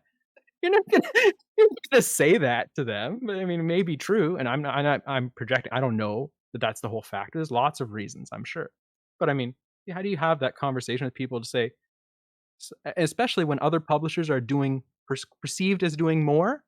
How do you say, sorry, we've got to live within our means, but their means are different. So I don't know. How do you reconcile? We were never able to fully reconcile this issue with the players, and I think the players have never really forgiven EME for this. I don't know, a perceived lack of caring over the years as a result of this trend. I don't think that it's necessarily your fault, any of the specific producers who were put in these roles' fault. They inherited the role, and they were given a responsibility what they were given, and they weren't around in the early days, and they don't have the expertise, and they don't have the time, they don't have the resources, staffing, whatever, all sorts of reasons. But the players never were able to come to terms with that. I think a lot of players would say, you know, a lot of TERA players really love this game and really believe in it deeply, and they would probably say, if only, it's a it's a classic statement, if only EME would spend the resources to do these things, they'd see the return. Players would come back. People would spend money again. I don't know, that's probably not true objectively, but a lot of players believe that really in their heart, that if Bluehole would just smarten up, and if EME would just smarten up, then this game could be great. This game could be the biggest game. I don't know how big, but people still don't believe that the progression of the game's population was a natural effect. They think it was a result of mismanagement, a result of poor, eh, poor engagement between the players and the developers and so on. I know the truth is so much more complicated than that. It's not that simple, but a lot of players really think that, and again, looking at what other publishers are doing too as a point of reference, saying they could have tried harder, they could have done more, they could have made more of a difference than they did. And that's a heavy accusation. And I think those who are on player council who have worked personally. This is a position I was often in, when talking to people on the forum about this kind of stuff. And sorry, I'm rambling on here, but people would try to blame the individual people. They blame you. They blame Rocks, or they blame whoever, and say these people are incompetent. And I'm like, look, you don't understand. These people are putting in tons and tons of hours and doing everything they can within their constraints. So it's not a personal thing like these people suck or they don't know what they're doing. But there's so many factors here that have come into where we're at, and it's really hard to have that conversation with players who they don't really care honestly about the reasons. They just want to know, when is it going to get done? When is this going to get better? Why aren't you doing what these other people are able? Clearly, if your excuse is that you're just a publisher, but other publishers are doing more, then you're lying. I mean, that's the perception. It's not necessarily truth, because it's much more nuanced than that. And your relationship as a subsidiary of Krafton versus other publishers who are not related has an impact that's hard to quantify for people.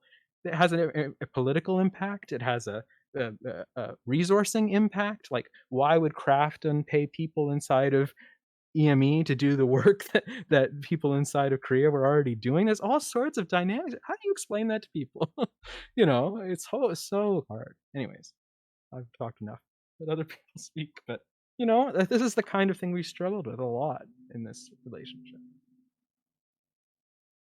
Anyone else have something to add? So another. I was gonna say, Oh, yeah, go I was ahead, gonna Lucky. say, from my perspective, or I guess some players' perspective, I feel like that shift was, I think, the biggest thing that kind of caused not a divide, but just a difference in the whole, I guess, community, because we were a lot used to this being like, hey, this is a problem, and it's like, okay, let's try to fix it, and then in maybe a little bit, like those merchants would be changed. Obviously, we knew like class changes, those things, like they're out of control, and I think people were pretty much okay with the fact that okay, that's a dev change, that's literally in the code, so there's nothing that we can do. But when we saw like merchants kind of lackluster or this and that, or the ability, like we kept like Dungeon Delver tokens and stuff like that were great. BG jackpots were great. Everything was good. And then they're like, now we're not going to do that anymore. But there wasn't really a reason besides like, oh, it just doesn't work anymore. But I mean, we were just kind of like lost, like what's going on. And that whole shift kind of started where we got to modify the game less and less on our end. I'm guessing that's because eventually they wanted to make it more uniform, but at the same time, it kind of was at a detriment to the players because we were kind of used to having our little ecosystem because there is localization across the regions, but NA stopped being localized for any kind of personal little changes besides very small things like we had the tier rewards. But I think that was just like that exists, let's just keep doing it versus like, hey, let's make this new thing specifically for NA or whatever might be the case. So I guess that's my perspective where we kind of saw that shift happen and it just kept getting wider and wider and there was nothing we could really do to stop it because it was kind of causing a disconnect between players and staff and player console and staff, but then more staff were getting let go or they left or just transitioned to different games, different roles, or it might be the case. So then we kind of got to see the game not die, but just kind of become way less interactive for us as players and player console. These topics are all how EME changed over time and player council's observational understanding of the different shifts of influence. But something I think we're leaving out here, and I'm curious if it had any impact, was the coming and going of player council members. So for someone like Counterpoint Lucky Pez, who was there from the very, very beginning, you're building up this understanding. You're, as Counterpoint said, starting to learn what topics you need to push on and what topics you don't push on. But for new people that were coming in, were y'all talking as a group, informing them, or were you seeing them going through the same hardships that you went through? Did new members ever shape the council? Did we lose members ever because they got frustrated? What were the shifts internally for player council? That's something I think some people. Go ahead. No, I was just gonna say hopefully some new people can comment on that. I mean, from the perspective of some people did leave. I think there's two main reasons for that, but one was frustration. But I would say that's the smaller reason. The bigger reason people left the council was just, their interests changed, their life situation changed. They didn't have the time. They weren't able to play TERA as much as they used to, or maybe perhaps they didn't want to play TERA as much as they used to because whatever, they felt the game got away from them, or they just found a new interest or whatever. So there's lots of factors, I think, for those who left the council. People, yeah.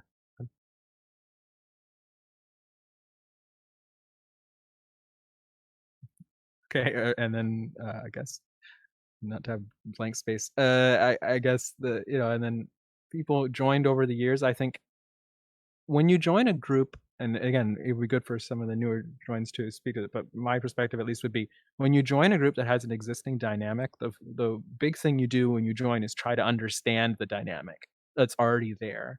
And so you learn pretty quickly from your seniors, so to speak. Okay, here are the kinds of, whatever your expectations were, here's how it actually goes. Here are the kinds of things they talk about. Here are the kinds of things that they don't bother bringing up, and have some of those conversations where some of us say, okay, explain it, like, okay, they can't really change this thing, or this is really a loophole thing, so we don't really focus on that. But we don't, I mean, not necessarily that formally, but that formation has already, this kind of, the group already had kind of some sort of understanding of who we were, what we were able to do and what we were not able to do. And sometimes maybe some of our bad habits may have rubbed off on some of the new members too, because we had grown a little jaded about certain issues, and so we knew, like, okay, we're not going to bother bringing this thing up because we've already brought it up 10 times and it's not going anywhere. So maybe maybe some of that came into it, but yeah, I think that certainly becoming a new person joining an existing group is different than a new person at the very beginning when you're still forming the identity. Yeah, and then I feel like as people left and other people were chosen to replace them, I feel like there was always a reason for picking that replacement.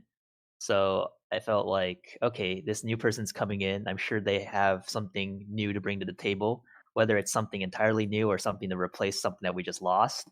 I always felt that there must have been a reason why they were brought on. So anytime like someone was brought on, I was like, all right, nice. This is a new perspective we could use.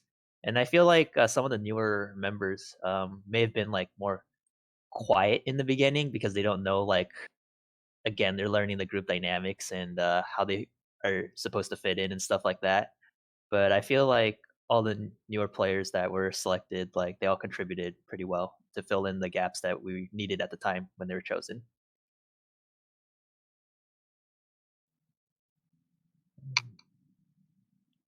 Anyone else? I mean,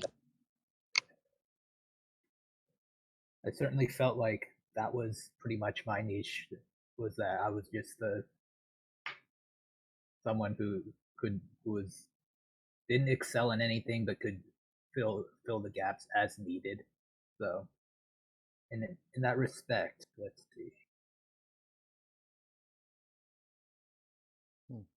It was just so. I don't want to get to. I don't want to. I'm just afraid of derailing the topic of this, but like. Oh, I've derailed it enough. Don't worry about it. Okay. For me, it was getting used to the group dynamic as well, and like understand like a lot of things that after coming on, I realized that there was no point in there was like I understand why we address it and other things why there were so many complaints about it and why we couldn't or didn't choose to address it because of that whole jadedness or whole crud. I'm losing my train of thought. It's getting late. Dynamics between the different players involved in the group and everything. I think I came in pretty late along with Waffle and compared to these other guys, and I came in to help replace, I think, Idiotic Genius, who was helping out with the localization and like translation stuff to figure out like some wordings and jargons basically and patch notes. And at the start, I really didn't understand. I think I was much more vocal back then about trying to like figure out how much I can push for changes and stuff. And I was really wondering why like EME didn't run this or that over with us for certain things, and I was really vocal about that in PC chat as well.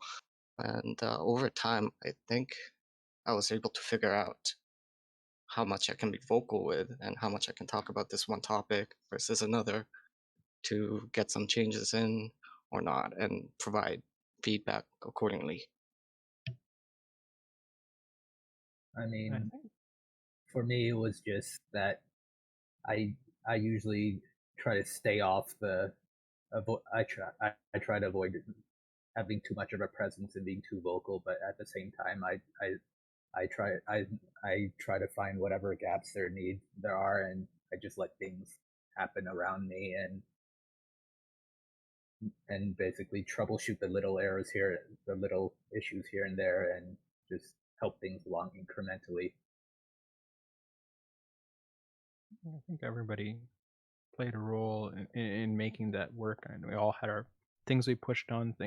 Different people who were pushing and pulling in that relationship, trying to get the group, solving issues. Some people would bring up issues, other people would just provide feedback about those issues. But I think we worked together and kind of had this kind of a pretty good dynamic of getting conversations happening, getting feedback, getting different perspectives on the table, that kind of thing. And I think that the point that Sarah mentioned is also worth pointing out here is that you learn pretty quickly about and this is something you learn also in business too, is you only have so much. Let's say you have a credit that you can spend on bringing issues to the table, and you can't call, like, players would often want to keep I said that they'd keep the complaint dial up to 11 all the time, always like max volume, complain, because hopefully they'll hear us. Okay, but when you're working in a group like this, you can't be like that, because if you're like that, you just get tuned out, right? So you have to know when to push, when to pull, and when is the moment to really push through with your feedback. And I think that's exactly, I think that's what Sarah's getting. And I think that's a very important thing that I think that it's hard to explain to the players. Like, why aren't you on their case? Like, for example, someone brought up in chat recently, okay, this recent exploit issue that happened, and the punishments related to that, and all that kind of stuff. And so, to this day, some players are not satisfied with the way that was resolved. I think maybe all players are not totally satisfied with the way that situation was resolved. And we certainly raised that issue, and we brought it up many times. But you can't just keep on hounding on it every day, like, okay, fix this, because at a certain point you realize, like, if I just keep on hounding on this issue, they're just going to ignore me. And because they've said all there is to say, they've done all there is to do, and whether we like it or not, at some point you have to know, okay, when to You just have to step back and say, yeah. I think that was an unfortunate side effect of the whole situation, because eventually we used to be able to get feedback and then we'd get some sort of response. But then as people stopped either tuning in, or they had so many responsibilities for one person, because obviously back then they had like they had a whole team per community, and then that kind of just got phased out. So there's less and less, there's more and more responsibilities and less people to fill the role. So even if we had those feedbacks, we just had to see them slowly get ignored. Obviously, it's not your fault in particular, because the direction just changes and you're getting more responsibilities. But that's what kind of sucked for us, is we just had to pick and choose what we wanted to bring to the table. We couldn't just bring up all this stuff. And I think I'm guilty of saying that to Sarah a few times. I'm like, yeah, I've been saying that for like 2 months now, 3 months more. I like made a whole board of like things that we need to do still, and then it's just kind of like unfortunate that's just how it was. So. Mm-hmm. Yeah, I remember you specifically saying that line. So back in the early day, I also helped put together a board like that too, and so we've tried various times to try to collect all the feedback and make sure it was visible and make sure it was understood by the people in charge at the time and so on. But I mean, at the end of the day, we can only do so much to increase the visibility and be available to address issues, but we're not driving the agenda there. I mean, the people at BHS are driving the agenda, people inside of management at EME are driving the agenda, and the patch schedule and marketing and all these other groups internal to EME are driving the agenda. So our, I want to say we're a little bit a step beyond the sentiment reports, but that's where our input. You see how bitter I am about the sentiment report thing. That anyways, I think that's when we start to understand. It's only so much you can do, and you can't endlessly push. Yeah, you have to know when to just wait, and when is it really important to push, because otherwise you're just going to get ignored and drowned out by people who have a busy schedule, and if they don't understand why you're yelling about something. This is why people on the forum are very bitter about the fact that EME staff just basically decided, I'm not going to spend that much time on the forum anymore, especially in TERA PC. And because they were used to having a full-time mod who was just constantly monitoring their feedback and dealing with dailies, but a lot of the EME staff who've talked to me about this issue have basically said, like, look, we have our things we got to get done, and the forum is just 24/7 yelling, and we don't have, it's not good for our sanity or for our productivity to try to be addressing that that yelling all the time. And so the emphasis on that's where we kind of tried to play that intermediary role of taking the really critical issues, filtering them, and say, okay, no, this one is the critical one. But it's challenging to do that, because to every player, every issue is critical to their enjoyment of the game. So you have to try to figure out, okay, well, it's a combination of how many, as you say, how many people does it impact? How bad is it? What's the consequences of not dealing with it? How possible is it for EME to even actually do anything about this in the first place, even if we did bring it up to them? Or how likely is it that the developers are going to care about this? So you end up having to, even though in theory it shouldn't be our role to make those kind of judgments, but because we only have so much bandwidth or And time to engage with the staff, and so because they're busy and they may only check on Discord, once or twice a day to see if anything's burning. Okay, whatever. So you can't just make everything an issue. You got to know what are the critical. So we had to try to play that role, and I think we did the best we could. But yeah, it was a point of bitterness for sure. I would say in the community to see that so much of their feedback couldn't be actioned by any of the chain of command. But I mean, it's what it is, I guess.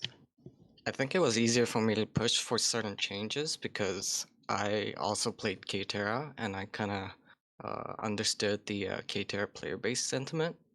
And since I knew, like, I felt that it wasn't going to work in the Western market and the build wasn't going to sell well, like, there was going to be drama and such, that I just kept asking for this one specific change or another just so that it would work and it would be better for us to play on NA TERA. We often felt, whether true or not, we often felt that if other regions were having the same problem, and especially if players in Korea were experiencing the same problem or had that same feedback, we felt like that increased our odds of success, because then the EME staff were approaching the BHS liaison wouldn't have to make it like it's just an our issue. They'll see all the regions are having the same issue, and they could point to, see, here's the feedback in Korea about this issue. Here's the feedback, and so it felt like we were giving the EME staff more leverage or whatever to bring the issue up, because it wasn't just our problem; it's everybody's problem, and it bring weight. If you're only one seat at the negotiating table, it's better to have an alliance with others who have the same viewpoint, and then your point is elevated and important. So it was often, it was very valuable to have people like Seraph on the council who had that perspective on KTERA and could have that pulse on what the current player feedback was and say, look, players in KTERA hate this thing that's coming, and it's coming to us in 2 months. You have an opportunity now to force it up to BHS to make a change for us, or at least to understand this is coming, and what can we do about it? Is there anything we can do about it? Sometimes there wasn't, but sometimes there was. And so it was very valuable to have that prescient knowledge of the future, and that not only what's in the patch notes, but that the actual player experience and the player feedback. I think people are under a mistaken belief as well that the BHS is actively listening to and making changes to the game based on Korean player feedback exclusively, and that like all the Korean player feedback is being listened to. And the fact is, it's not either. Some things are getting changed, but I mean, they even the players there have a lot of complaints. They're just handpicked from like a suggestion box, basically, like what would work and what wouldn't. So yeah. And the thing about complaints is that sometimes they tug in opposing and conflicting directions. So for sure, it's really, really hard to resolve stuff like that because somebody's going to be unhappy at the end of the day.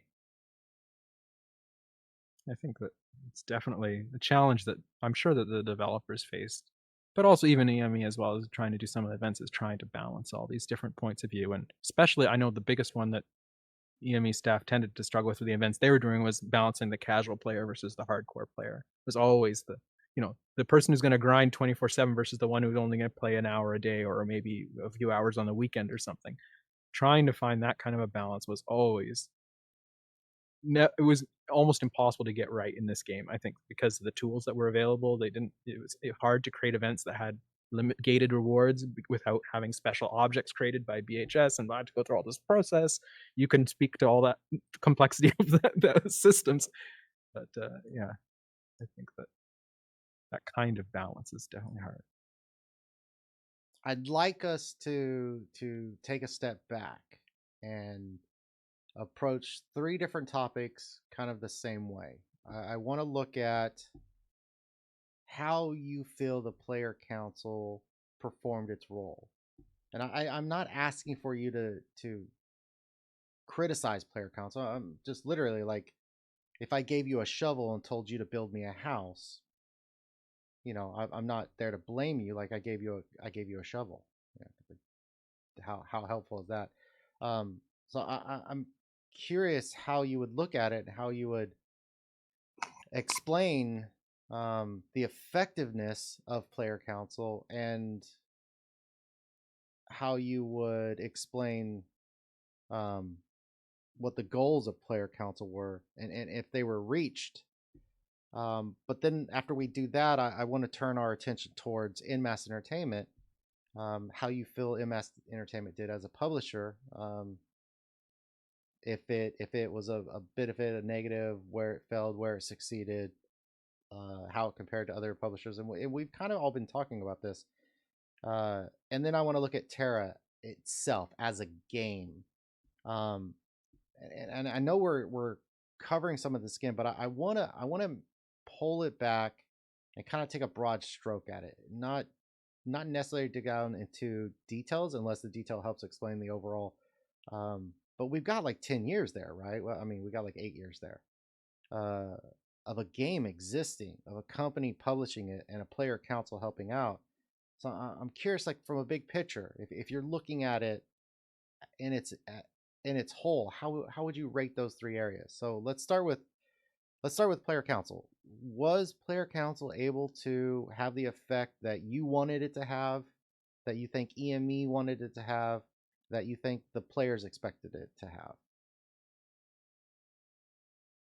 I think those three areas, those three dimensions are very, very much and straining. There's a strain between the expectations of those three, maybe more so between, okay, so what did the players hope to get out of player council? And so if you ask the players, they would have said probably something like, want to see the game fixed. We want to see the game get better. We want to see, our feedback be listened to and actioned by EME. Which none of these things are unreasonable expectations, by the way. Of course, that's what everyone would hope for. And I think those of us who joined the council probably had similar hopes, but also maybe our expectations were a little bit tempered going into it, realizing, okay, like, look, we know we're not going to be able to solve the world's problems here with TERA, but we want to do what we can. And then in terms of, what EME would want to get out of this, I think that's where is so, because of the change in hands that went through so many different hands and responsibilities over the years. I don't even know, like, if you asked Rox, for example, who inherited the TERA PC Player Council after all this long chain of events, what was he hoping to get out of it, and whether that had any relation whatsoever with what Denisha was thinking that she was going to get out of it when she first formed it, who knows?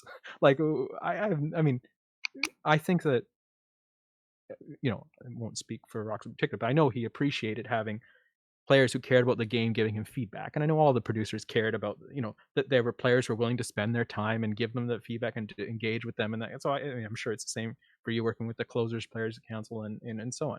You appreciate that, but it wasn't your vision. It wasn't your, so how effective was it as a council? I think that the first issue is resetting players' expectations was a, and trying to somehow have this conversation about what EME saw their role as, and what the boundaries were for the kinds of reasonable expectations for feedback that would be considered and not considered.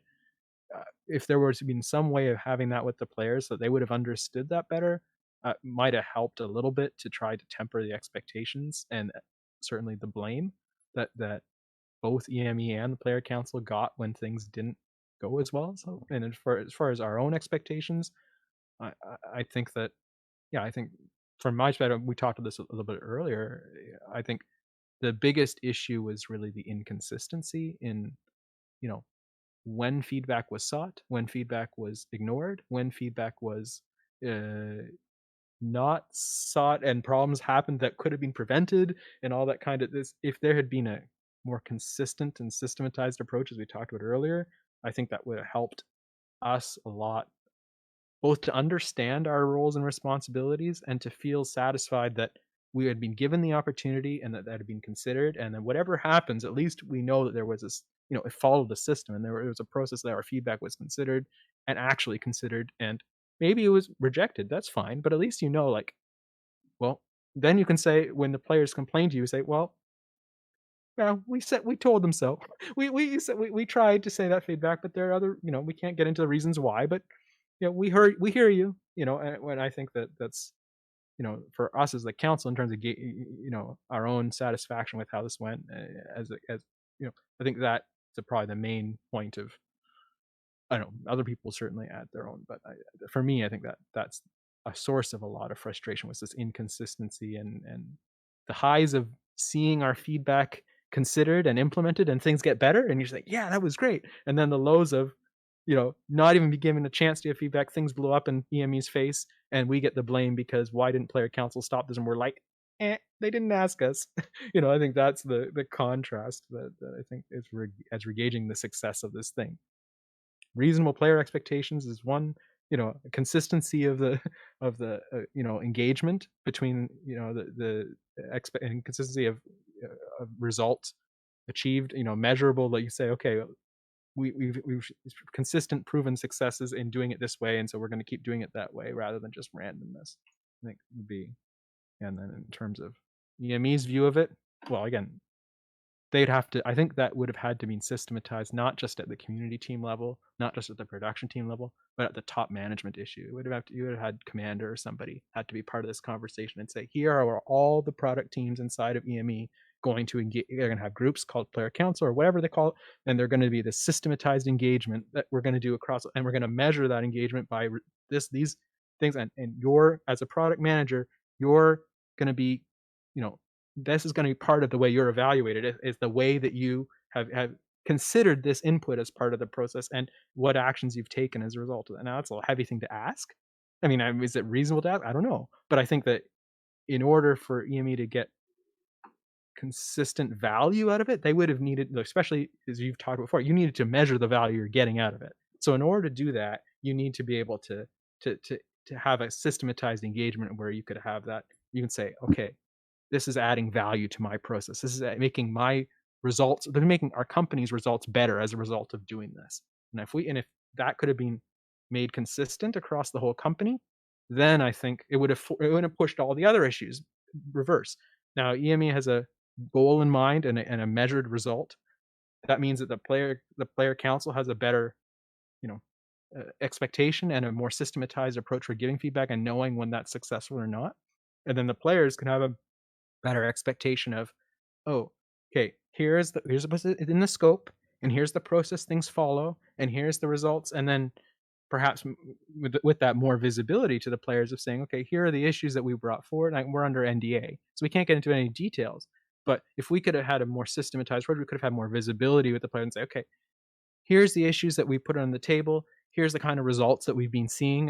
Here's some of the changes that were affected, so that players could see that, hey, our feedback actually does matter, and maybe not everything, but we can see that the player council was not elected by the players, but in a certain sense, they think of it as being responsible to them, right? So being able to see results delivered, and that we actually made a difference in relaying their feedback, I think would help improve the relationship between us and them, and also relationship between the players and EME themselves. Just to see that there's a systemized approach, that their feedback is not just going into a shredder, that there actually is a system for their feedback being considered, and that some results happen, even if it's, well, sorry, this is out of our scope, we can't deal with this, or it's a global issue, and we're only one voice in the table, or whatever. Anyways, again.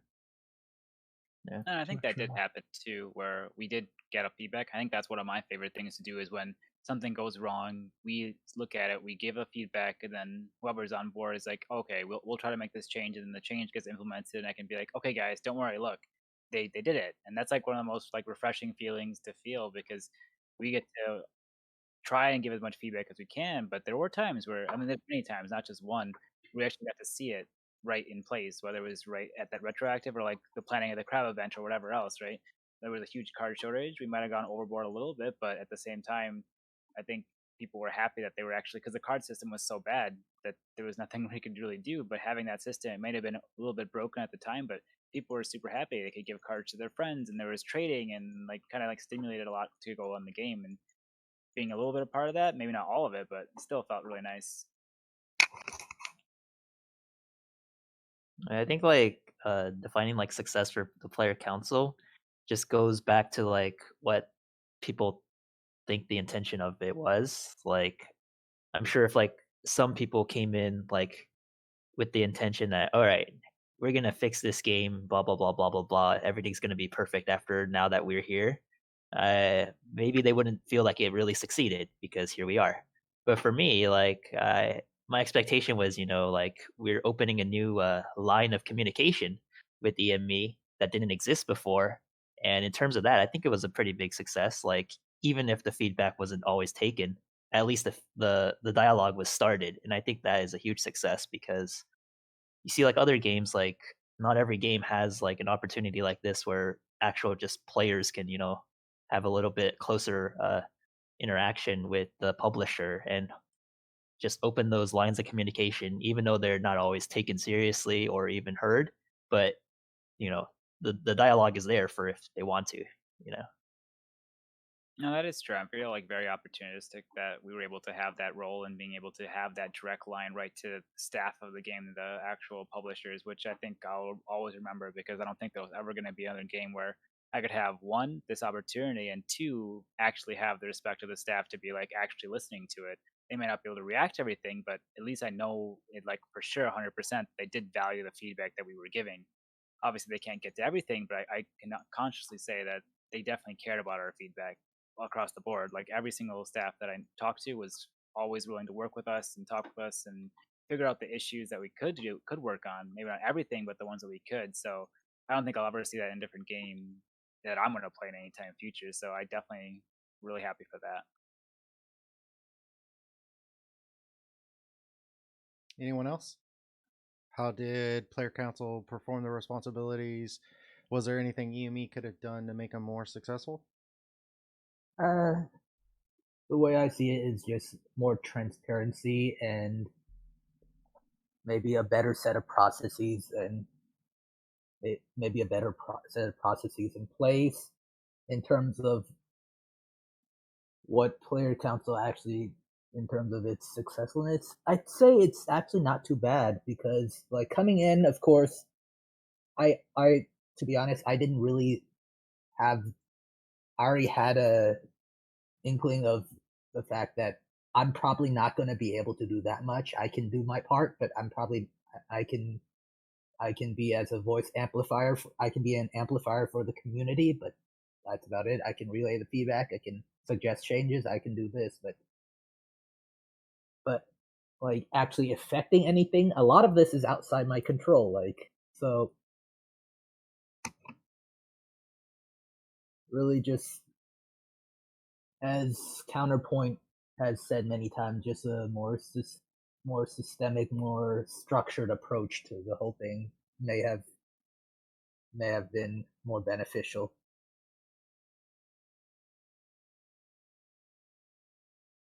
Anyone I else? think like Oh. yeah, I think like one thing like could have been done better was probably like, yeah, just a little bit more transparency because there are a lot of cases where we harp on a source of feedback about a certain topic for a couple weeks and we don't really get a concrete answer of like why it can't be addressed. And then later down the line, we find out that EME has been talking to BHS about it, but it's on BHS's end, but we never find out about that. So we don't know that you have been relaying the feedback. We just thought you were trying to put it off or didn't think it was serious enough. But then, like, again, later down the line, we find out, oh, you actually did talk to them and it's on BHS's hands now, not you. I just feel like that could have been a little bit more transparent. So again, like was touched upon earlier, we started to like kind of, pick our battles. It's like we don't want to like raise every issue because we feel like it's just going to overwhelm you. But if in reality you were actually listening to every single issue, we would have probably started to raise every single issue again. Instead, we were trying to pick like the most severe things that we thought we could like put our bargaining credit on instead. So I just think like a little bit more transparency about like why something still hasn't been addressed or something like that would have been like a lot more helpful probably.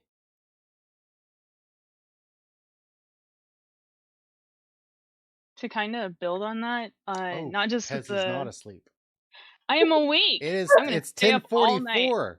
Yeah. No, I told Saru I'm gonna stay up all night and do this interview. Yeah. GM Pez is awake. But yeah, to build on that a little bit, but not just to be transparent with the player council, but with also the players themselves. There were a lot of times when we were told things and then we were told, okay, but you can't tell the community about it. And it would be like something kind of crucial to what was going on at the time. And it was like, well, we really need to have somebody go out there and say, hey, this is what's going on, we're aware of it, or it's being looked into, or this is the plan. And that sometimes that never really happened. And we really needed that transparency, not just with the player council, but with also the community. Sometimes for myself, this was kind of the role I was trying to play on the forum, as a kind of a mediator, even though we were under NDA and so on. I would try to at least make some sort of statements alluding to the fact that, hey, your feedback has definitely been heard. It's definitely been passed along. Uh, it's it's being considered, but trying not to just sound like a broken record in saying that, but to at least provide enough insight to the extent that I could say to show that you know it's not like nothing's happening, but at the same time, yeah, we were so little we were allowed to say in some cases about the truth of what was going on. So I couldn't just tell people, okay, you know, this happened and this talk to this person and this person said this or that, or no. But I mean, people at least wanted some sort of acknowledgement that, hey, this issue that is crucial has actually been raised. Someone is actually trying to do something about it, and that progress is happening. That yeah, and it's hard because I would try to do that role because I knew that EME staff often were not willing or able to do that. And so sometimes that meant that I got the flack for doing that. But at the same time, I thought, like, as you said earlier, in one of your previous interviews, and you believe in transparency, and when possible, to try to be transparent helps make people provide better feedback and helps people make better decisions. And so, you know, I tried to when I could say what I could within the bounds, but clearly we were all very conscious of not trying to break the NDA, not saying anything that was gonna get us anybody in trouble or anything like that. So it's always a challenge. And I definitely feel like if there could have been more concerted effort from EME to directly address the players and to calm their fears and so on, I think that would have it could have helped. And the times when they did do it, it did help. But I think that part of the problem is that the staff feels like, okay, if they start engaging, then there are just going to be more and more demands on their time. Of okay, now they're gonna expect me to follow up. They're gonna expect me to keep interacting with them all the time, and I don't have the time to do this. I got all this other jobs and other work to do. So I think that was a weakness. Because I know, like, as we've discussed, some of the things I've learned, is there wasn't as much communication to you as a team as now looking back in hindsight, I think that we should have done, that we should have provided. Um, and it's certainly an assumption that the players had, like, oh, player council has all this information. And to some degree, you all have questioned, like, why don't we have all this information? So I would like to turn our attention to how did EME do, and if some of that does also include asking me a direct question, I'll do my best to answer. So take it away. Who wants to jump in? Uh, I mean, I think like EME did, like even just having this concept of a player console, like shows that there was at least some initiative that EME wanted to take to get to know the player base on a better level and more personal level. So I really commend EME for that. Like they didn't have to do this, they could have just not done it, but instead they put the effort in. And again, like alluding to my previous response, they wanted to open the lines of communication. So I think that was pretty good. Like again, they didn't have to do this. And then yeah, so I think like just having the concept and idea and actually making it happen is pretty good. It's just the execution wasn't always there in some things, but again, this could have just never happened at all. So I yeah. think that you go back to some of your previous interviews where you talked in the early days of EME and the intention of EME to be a company of gamers for gamers kind of thing. And so there was a lot of intentionality in EME to try to do things to be player centric. But to build exactly on what Kamisuma was just saying. Like turning that into systems that actually were effective in accomplishing that goal was something that was a struggle, I think, for EME. They tried a lot of things, and some of them worked, some of them didn't work, and sometimes some of the things that maybe players thought worked, EME decided didn't work because their metrics were not aligned with what players' perception was. So things that were players saw as successful, like for example, players saw as very successful when EME was doing when Space Cats was doing weekly Terra streams that were engaging with the community and having events on stream and having rewards that were part of watching the stream and all that stuff. It was building an audience. It was building EME's reputation as a company that was, that people played the game, they loved the game, they loved the community, and that kind of there was a very high sentimental, not really value from the players. It helped build the brand in the players' eyes. But as you discussed in one of your previous interviews, I think it was with Circuits and Coffee, how do you quantify that benefit?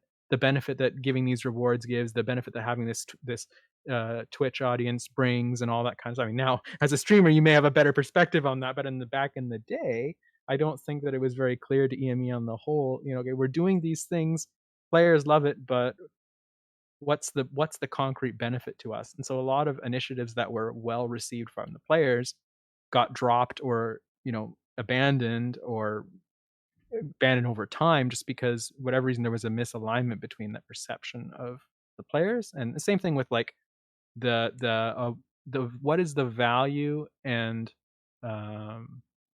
in that willingness to make changes to the game to benefit the region, even if the developers don't. I think that was so significantly undervalued by EME over time. Like it was a value in the early days, but over time, for lots of reasons, that just stopped becoming a value that was shared amongst the staff. And so I think that's if you're gauging EME success as a company, I think that there's that is again there's intention to be gamer focused, an intention to be gamer responsive, and that's why things like player council were put in place to try to live out that mission statement. Okay, to say if our mission is that we're going to be player centric, we better be engaging with the players. Then stands to reason. So there was an intention there, but then how to actually follow that through and make that actually pervade all aspects, and even as you consider things like the business side of what your job is, what does it mean to be player centric in doing those kinds of jobs and to engage with the players in those kind of roles? How do you stop yourself from being so focused only on metrics that you're losing sight of sentiment and losing sight of emotion and losing sight of the feels, that from the players as it relates to you as a company? Because that emotional attachment that players feel towards EME as a company is where I think they've hurt the most in these recent years. Players back in the day loved EME, and the players from TERA EU and other markets would come to TERA NA because EME had such a good reputation of being a really engaging publisher that did fun things, that was trying hard to make the game better, was doing cool events and doing this kind of things, and that there was a spark there, and it got lost over time for many reasons. And I feel like a lot of players perceive, and I know the reality is a lot more complicated, but a lot of players perceive the closing of EME as being an offshoot of this gradual decline. It's not entirely true, but maybe it's not entirely false. Because, that perception is, again, maybe it comes back to the issue I said earlier, people perceive that if only you'd done something differently, you could have changed the result, okay? Whether it's true or not, but people want to have they want to believe in the causality, like they can actually affect change, right? So people want to say maybe if EME could have just stayed more like the way they were in the early days, despite the changing economics and whatever, it could have found a way to remain more engaging and keep that kind of relationship up and make the players feel more engaged in EME as a company and buying into that brand. Maybe that could have carried over to more successes. I don't know. But that's, I think, as you judge EME as a company, at least from a player's point of view, I think that's going to be what people remember, is that it went from a company that was revered to a company that was kind of,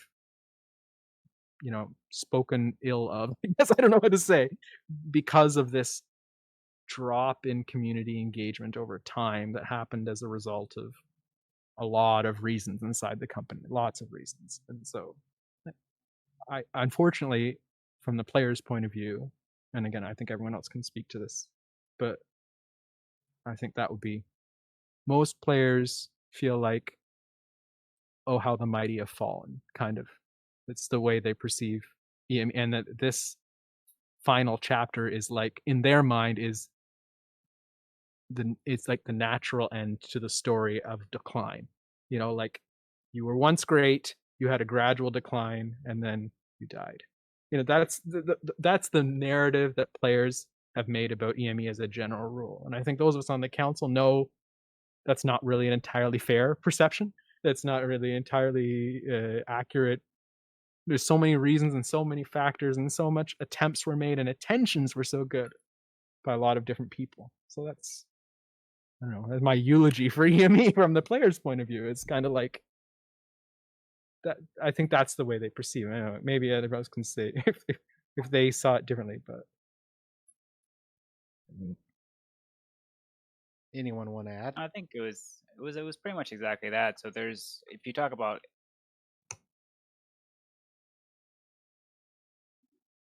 Oh no, Lucky. oh, sorry, I muted by mistake. That's my fault. No, I was gonna say, it's hard to talk about any kind of successes or failures because each part of EME, like throughout the years, was its own entity. Like for the most part, people who are remembering the good old days are remembering when there was a staff of such a large population, so you could do all these events, you could do all these things. So I guess my question to you would be like, what do you think was a turning point where EME either started splitting up staff too much, or like what happened? Because we had a full community team, we had a full people with community service, like all that stuff like that was great. Everything was on a high, which was attracting players. So I mean, from my perspective, this is obviously just an assumption, it's not fact, but I was thinking that maybe you were like, okay, we have a good reputation right now. Maybe the direction was like, let's try to make a publisher more established and we can start picking up other games. But I think that was, in my opinion, the start of where the attention from TERA, which was the game that I think the staff was probably most invested in and most helpful, and which is what brought the, I guess, fame, so to speak, to MS in general, was just drifting away. So I guess from my question would just kind of be like, do you think that was some part of it? Obviously, there's not just one thing, but for me, I think that was the turning point because we had such a great game, great customer service, live chat, all that stuff like that, where everything was great and players were booming, game was alive, and then slowly, I feel like it just kind of started going down, which was fine because there was still a population. But then I guess just the gradual decline, like, oh, maybe we can do it without this staff or this thing, or let's pick up more games. And I don't know how to describe what I'm trying to say here, but I guess that's my confusion. It's like, what happened? Like, from your perspective, I suppose. It is a very, very complicated question because it's a lot of time, a lot of different things, and I Yeah. didn't see a lot of it, right? Mhm. I have the same questions you do. Of course, I know a little bit more of the story, so I'll do my best.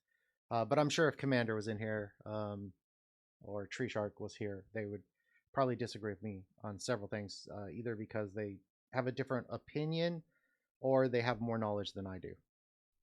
Um, when EME first started, before the game was launched, that's where the idea of we're gamers and we want to westernize the game started. That's where its focus was. So Bluehole and EME were very connected, and I mean very connected. We were sending them reports. Their developers came to our office to interview us, myself included, on the playtester team, because that was the desire to take a game that a Korean developer created and westernize it in a way to make it successful here, globally. And it was something that the Korean market was struggling with, as my understanding at the time was, to find a way to make these Korean games, Asian games successful, and that was the goal of NCSoft West, and that was the goal of In-Mass Entertainment. And I'm sure you heard us all the time, bringing Eastern games to the West. That was what we wanted to focus on. That's what we wanted to specialize in. So TERA being our first game, EME having the capital from Bluehole to do this job, we wanted to provide a lot of feedback to the developer so that they could make changes. They could modify the game. And they did a lot. They made significant changes that they believed would make it more successful in our region and globally. And then we really early on realized that this buy-to-play product needed to be a free-to-play product. That was a big shift, but then there was a big shift by when you launch a game, you have a tremendous amount of resources. Launching a game is hard. Launching a game takes a lot of work. Live service of a game isn't the same thing, and you don't have the same team. It's kind of like, I don't know the sports ball, and I'm going to use a sports ball analogy. Holy crap. It's like the defense and the offensive teams. They're not the same team for football. There's two different teams with two different strategies. So we had this in-mass entertainment that existed to release TERA. But once it was released, things changed. And that's when Tree Shark came in. He came in once TERA became a live service product. And a lot of the people that were there that started it had gone. They'd gone to Bungie, they'd gone to Riot, they'd gone to Blizzard, they'd gone off to start new projects because that's what they do. They create new products.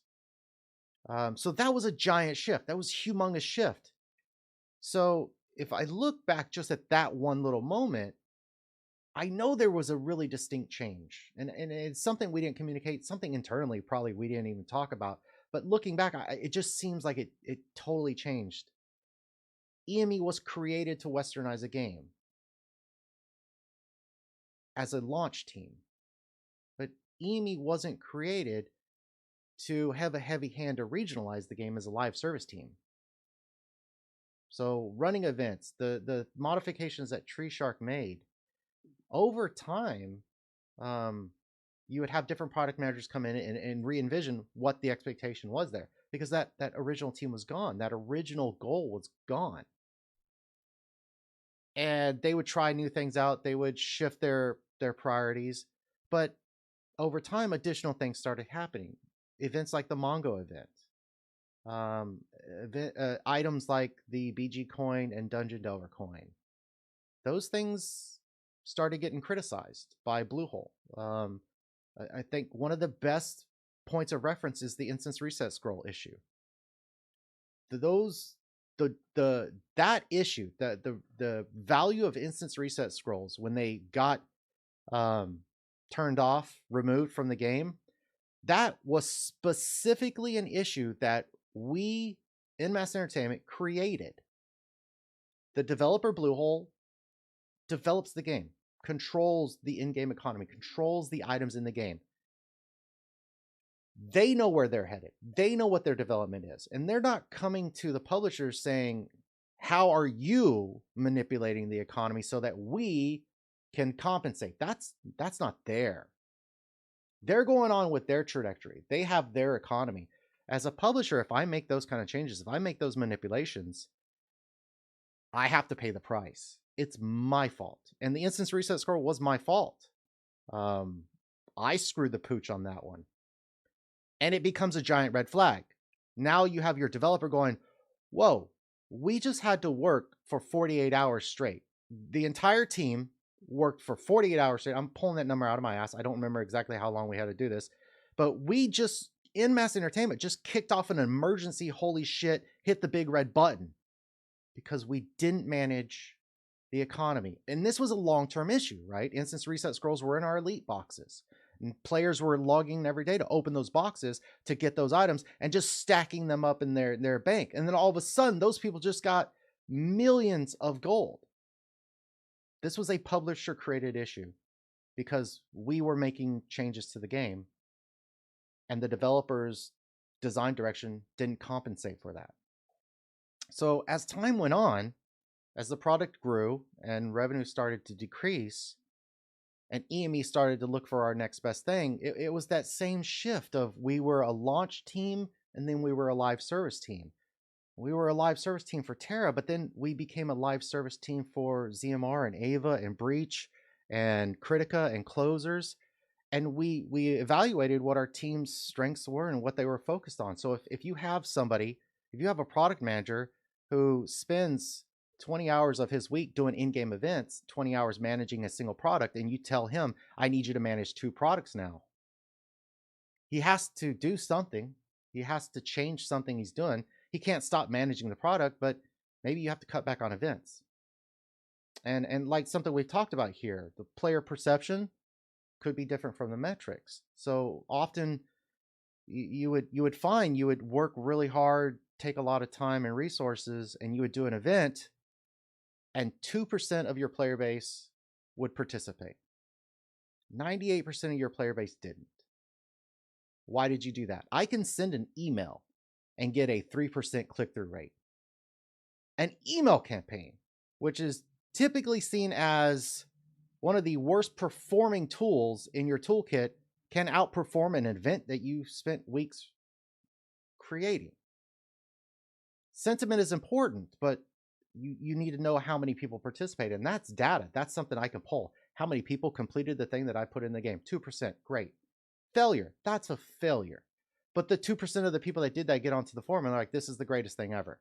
Because you generally only have about 2% of your player base that dedicated to something to participate. So it's not one thing. And I would argue that the perception that I'm hearing isn't completely accurate, because it's not that EME lost something over time or lost some of their power or willingness to do things. It's more philosophical or targeted. Like, we got burned a number of times. We made mistakes and it was our fault and we had to recover from those. And you learn from that, right? Like, if you reach out and you touch a hot pan, you're going to get burned. And next time you're going to know, I need, a hot pad or something. So we would run events, and those events would bite us in the ass. We would promise something to the players, and that would bite us in the ass. We would do various things, bite us in the ass. We'd learn not to do that. And maybe at some of those points, we pulled back too far. We didn't correct accordingly. But it was also over time, the business changed. The focus shifted. So the dissolution of the community team wasn't so much a dissolution of the community team. It was, we had a community team that was focused on the launch of a game, education, knowledge base, but then over time they just had to become live service. So you start to evaluate, we built a team with this knowledge, but how much of that knowledge is useful? Well, we only need to do about 50% of what they're doing, because that makes up 98% of the actual issues. Well, then you lose 50%. Well, that means 2% of those issues aren't being really managed well anymore, right? But that seems like an acceptable loss. And then that team now needs a shift to covering other products. So you're not specific a TERA team, you're now a publisher, and you're pulling away, you're developing things. And if you look at in-game events, and something that I really started worrying about for my own career, but also for EME's future, is if I spent 40 hours a week focusing on in-game TERA events, and then someone came to me and said, we're going to transfer you to another team, I did nothing. I learned nothing, because I can't apply the learnings from in-game TERA events to closers. The tools don't exist. The style of managing as a product manager on that doesn't exist, and the events wouldn't exist. The audience is completely different. And in-mass isn't growing. The next game we take on, Dark Crystal, isn't a live service title. So all that time, all that development for tools and training and that building that team to service TERA didn't add to in-mass overall. So we started seeing all these little pain points, all these little problems. So we started making adjustments. Again, not all those were successful. The disillusion of the community team was more shifting the community team to something else, building a different team. We saw Space Cats do streams, but how do you continue to do that? And how do you continue to do that when you're going to bring on more and more titles? If he's doing one stream a week, how much time does it take him to build the content for that stream? Now, if I come to him and say, hey, we have 20 games, does he build a streaming team? This seems very complicated, and maybe that's not what we should be doing, because he starts giving up more and more of his responsibilities to other things, and he's just focusing on this. So maybe we create a partner. What is it? What am I thinking of? Partner team. I can't remember what it's called. Maybe we create this partner entity. Maybe part of our community team does that, and we outsource that. We build other people's careers. We reach out to community creators that we can help grow and send our players to, and they can shoulder that burden and to their benefit. And we don't create that internal team. Partner program. That's what I'm trying to say. But maybe that doesn't work. And maybe what we really need, and we have some developers like, hey, we want to take our game to PAX. And we're like, we've done PAX, but we're not like perfect at PAX. So let's go hire a guy that actually worked for Penny Arcade doing events, and let's bring him onto the community team. And let's have him create that kind of a situation. Well, now that community team isn't focused internally on games anymore. Now they're focused externally. And what I would argue, and where my responses on the stream have come from, is we started making this shift away from being in the game to building our tool set as a publisher.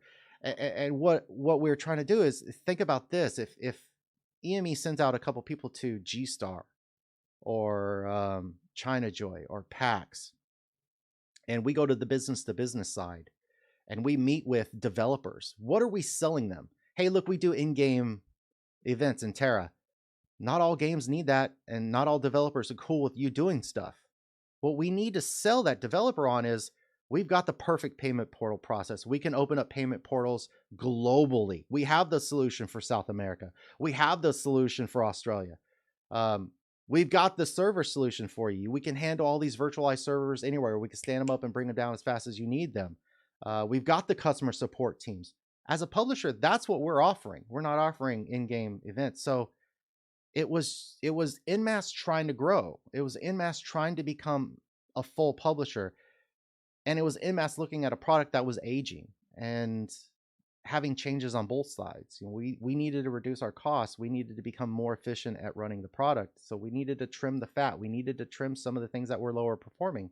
And at the same time, Bluehole needed to do the same. They had other things that they wanted to invest in. They had other things that they wanted to shift their resources toward. And that initial need at the beginning to westernize the game wasn't a need anymore because it was a live service title. We had released it. So the shrinking of all these global teams at Bluehole, then our regional teams at Bluehole shrank into a global team at Bluehole. And again, like, none of this is saying that this is for the betterment of TERA. No, this is a response to the aging of TERA, the lower revenue of TERA, the lower potential of TERA. This is a reaction to shifting to build something more, to change the focus and directive. So, sorry, that's the best way I can answer that question. At no time would I say we made decisions going, well, this is going to really suck, but we don't have any other choice. It wasn't that. There wasn't shifts away from we're less dedicated to TERA. That wasn't the conversation. It was, we need to focus on being a publisher. We have gaps in what we can do. We don't have expertise in certain areas. We need to focus on that. And we reviewed some of the actions we had that had high sentiment but didn't actually perform data-wise. And those things got pushed to the side and cut. And we tried initiatives that we thought we may lose something up front, but gain something stronger in the back end. And maybe that was never realized. I think the big problem, I definitely appreciate that perspective, but I think the problem with that from the player point of view is that all that can just be countered by one very, very simple argument. Well, look at what GameForge is doing. Everything you just said totally doesn't matter to the players because they look at GameForge and they see they're still making in-game. They're a big publisher, established. Mm-hmm. They have all the structures in place, and they're still making in-game events. in-game dungeons. They're making changes to merchants. They have the same risks that EME had, but they're able to navigate it and to do the things that EME said, oh, we just don't have the resources to do on a game that's just as old, just as aging, and with the population that's declining. So I realize it's a totally different situation. They have different people. They have different blah, blah, blah, blah, blah. But from the player's point of view, all the logic that EME went through in making these changes meant zero, because they looked at what other publishers were able to do and say, clearly, whatever you guys think you need to do is not necessary, because you could be doing that and also continuing to do this. Now, again, unreasonable? Probably. I don't want to say it's unreasonable. It's one of those situations where I would probably try to make the argument that there's a player concerned. There's a player concern that we should address, we should acknowledge, but you can't rely on the player providing you the best detailed description of the issue. Sometimes you don't know it's broke, right? You're just like, hey, my car's rattling. You don't know what the issue is. But the thing is, one of the hard things is I want to challenge that, right? I don't have data. I don't know. I don't work at GameForge. I can't answer. But if you go to GameForge's forum, there's a post that says shorefront. No, what is it? Goddamn, is it shorefront? Yeah, shorefront never pops. Shorehold. Shorehold, son of a bitch. Shorehold never pops. Canary in the coal mine. What region are battlegrounds popping? What region has active queues 24 hours a day? So it's one thing to say, no way. It's one thing to say, oh, GameForge is a striking success. They've been able to continue to do this. Cool, and their battlegrounds don't pop either. So that's kind of what EME was seeing. Yes, there is an effect from doing events, but there's a better effect for me focusing on new products.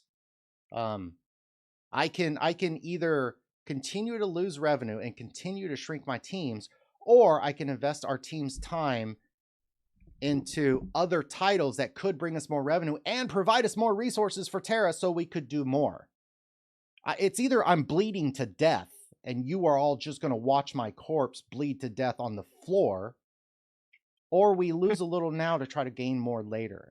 So those are the risks we're trying to make. Corpse is dead now. I mean, so it's kind of it's a moot argument, but I mean, I think the player perception, again, I'm not saying I agree. The truth, but that they believe that if EME had continued to make the kinds of investments, it would have improved player sentiment. And if you improve player sentiment, you improve engagement, you improve retention, you improve. Now, that's too simplistic. I know the metrics don't work that way. Right. But I mean, that's the perception from the players, is that if you all these other things are obviously important for you as a business, but did you have to sacrifice this at the altar of making EME a viable publisher? And now looking back on it, players go, well, it didn't work out for them anyways. Yeah. So what we paid a price, and EME tried a different strategy. The strategy they tried numbers of different strategies. Tried the mobile strategy. They tried the launch, the being a big launcher with all these game strategy. All these fell on their face. People just said, why the hell didn't you, just stick with focusing on making TERA good? Because TERA players believe in TERA. Now, again, I know I'm saying this as a rhetorical argument. Okay, I know the reality is more complicated, but I think if you ask a lot of players, they would say all of EME's efforts were, even at the time, even not looking here at, as we're, at the funeral here, making our, looking back on it and saying, here's what, that led to the downfall. But I think even at the time, players were asking, well, why are you focusing on these other opportunities when you have a potential gold mine here? In their view, you have a great game that has a lot of potential still that's being underexploited or undervalued. Now, clearly, the perspective inside EME about TERA's value or potential value was very different, and potentially EME's perception of that value was different than GameForge's perception of that value, and how the way they could mine that value, the way they could monetize the things that they do in order to, so if you're going to spend the time building extra extreme dungeons in the game, how are you going to monetize that so that you can show it's financially viable to do so? Okay, so there's a thought process that goes into that, and that they had, and that EME didn't have, because it requires resources to build the thing, and then resources to maintain the thing, and then resources to monetize the thing, and this whole, you have to have this circle, and you can't just half-arsed to go in there and I'm gonna do all these events, and who knows, throw it out into the wind. Who knows if it's a success? Who knows if it brings us any revenue? Who knows if it's, Yeah, there's no answer. There's no answer here. Yeah. Because no It's matter like a what, gamble, you're battling a sentiment. You're battling someone saying, "Why don't you do the thing that I want you to do?" But that argument can't be won. I can't convince that person of anything else because they want what they want. Like if you want to go eat lunch and you want a cheeseburger and I want pizza, I can't convince you to eat pizza. You want a cheeseburger. Like that, you've made the decision. There's nothing I can do to change that player perception.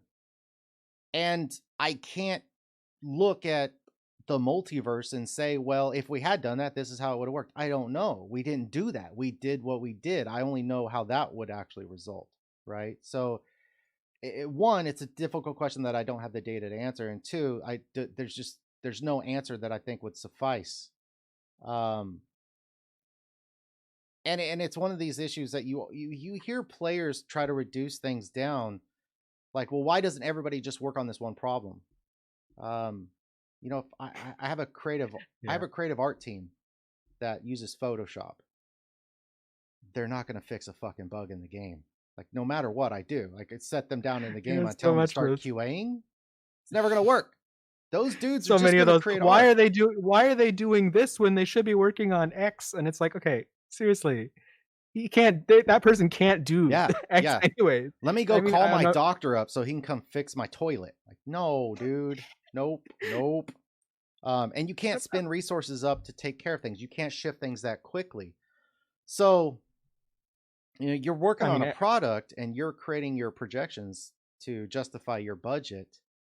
And you've got several people doing this, all vying for a larger pool of money and revenue and having the things that they want to do. Part of that revenue that you're creating is going towards building the business, reinvesting in the business, picking up more developers, picking up more titles. And there are always going to be priorities. So it's one of those things where it's not, you're the product manager. I'm the product manager for closers. I fight tooth and nail for closers. I will, if I need to throw a punch, I'll throw a punch. Like that's what I'm working on. I'm not focused on anybody else's toy. I don't care about anybody else's product. And to some extent, I don't give a shit about EME. I care about my game and the success of my game, because ultimately, the more successful my game is, the more successful EME is. And I don't want to sacrifice my game when I can push for success. But there comes times where it's crunch and the new game needs more attention. And you go to your teams that are all shared resources and you say, I need to do a thing. And they go, it's not there. Can't do it. Well, the player perception is, why isn't EME focused on doing this? I have people at EME that work on our internal network. That dude was never focused on TERA. Not a single day in his life did he focus on TERA. Got an HR team that never once focused on TERA. You have lots of people that work at a game company that don't focus on your product. Your product is a smaller team that uses internal shared resources. Our creative service team, our writers, weren't TERA writers. They were EME writers. Our creative team wasn't TERA creative team. It was the EME creative team. So the more products you bring on, the more priorities exist. It's not that easy of an argument. I can't just say, oh, well, we're going to focus more. No, I don't make those decisions. It's still, I mean, it's a resourcing issue. And I mean, obviously, yeah. As you explained, as a corporate strategy, EME decided to focus more on shared resources rather than resources that were focused on a specific product, because they thought the shared resources they could leverage that experience to bring on more titles, to improve their portfolio, to increase their multiple sources. So they didn't want to have all their eggs in one basket. I mean, it's not like any of this is illogical or it doesn't make any sense, but it's just, at the same time, when you're a TERA PC player and you've been through an experience where you see the benefits of having that focus and the at least sentiment benefits. I don't know the numbers. You can say the numbers, but from the player's perspective, that the high of EME being the the poster child of what it means to publish a free to play game in players' perception, to going to being a, you know, basically a neglectant parent or whatever, you know, like who's decided to just abandon their child in the car, you know, or whatever when it's hot. It's kind of the kind of people don't understand why it.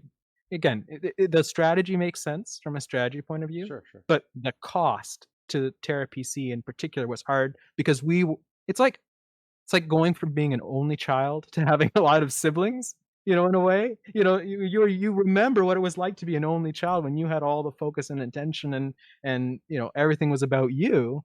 And then now you go through an experience where you're basically left on your own and the parents focus on all the other new kids, and then, you know, this is kind of the how do you the you don't there's no perfect explanation for this. There's no good there's no way, as you say, there's no way of explaining it that people are going to find acceptable. Because people believe in Terra, and they believe that if it had been properly managed, it could still be maybe not as successful as it was at its peak, but much more successful than it was now. Well, so that I can only repeat what I said before. Like, there's no answer I can give.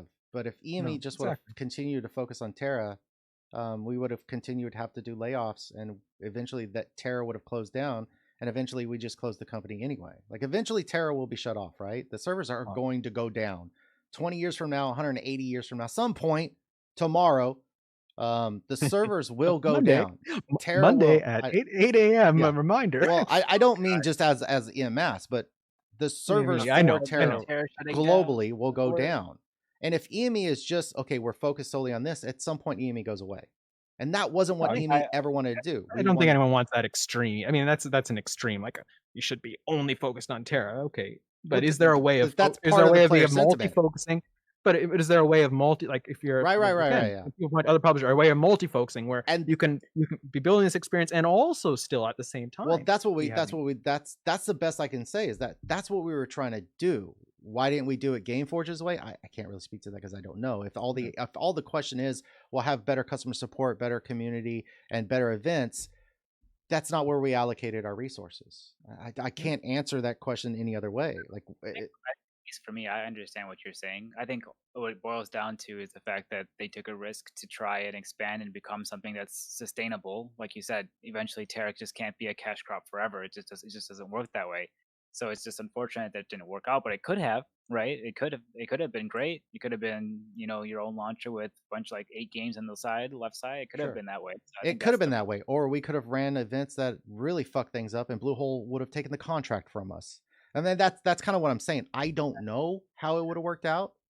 And when I take the information from players of Gameforge is better, and then I go to their forum and they go, well, that battleground that globally doesn't pop in the region that is the now poster child for events. I mean, obviously, it's confusing. You're cherry picking there in your examples by saying, well, they have something else going bad, so therefore nothing that they do is good. Okay, but no. I mean, I think a fairer analysis would be, you know, all the publishers have their strengths and weaknesses and their focus areas, and obviously, when players were saying we want EME to take these things from Gameforge and implement them in our region, they weren't saying do this instead of being the EME that we know. It's we want you to incorporate this into what you do, but we don't want that to. I don't think any players were like, you know, we want to inherit all the bad things they have too. I mean, it's naive to think that you can only do the good things and none of the bad things will happen. But obviously, players we're hoping to see the kind of initiative and investment into specific things for TERA PC because that's their game. Clearly, I mean, it was makes sense. I don't fault them for that at all. Just like I said, as a product manager, I'm going to fight for closers. I expect the players that are dedicated to TERA would fight for TERA and wish for the best. Yeah, I don't fault the players for that in any way. I don't expect them to have any other communication and sentiment than that either. The players aren't. But I mean, I guess wanting more. The key thing for us as player council, who are in some ways, as we said before, being the intermediary for this, is we got a lot of flack as a result of EME's change in priorities and players' perception that isn't player council's responsibility to try to make EME do things, to make EME aware of things, to make EME solve these problems, and so Well, people that's the whole perceive. purpose of this interview tonight. I don't know Right. the answer to that question. Well, there is no answer. I mean, it's just that the fact of the matter is that that people's hopes were being dashed, and they needed, as was said earlier, we became a convenient target in some cases for that blame, for and because again, the simplistic perspective. I think Lucky was one who said it at the beginning. The very simplistic premise that a lot of players have, and it's not entirely untrue, but it's not true. Is if EME played the game, they'd know how to fix it. Okay, that's so if you start with that premise. Okay, and so the problem with TERA is that EME no longer plays the game. So then EME has player council. So player council is they're supposedly people who play the game and who can, okay, if EME doesn't play the game, at least player council plays the game, and they can by playing the game, you know the problems, and then the missing assumption there is, and if you know the problems, you'll be inspired to fix them. You'll be able to fix them. You'll have resources to fix them. You'll have motivation to fix them, whatever, right?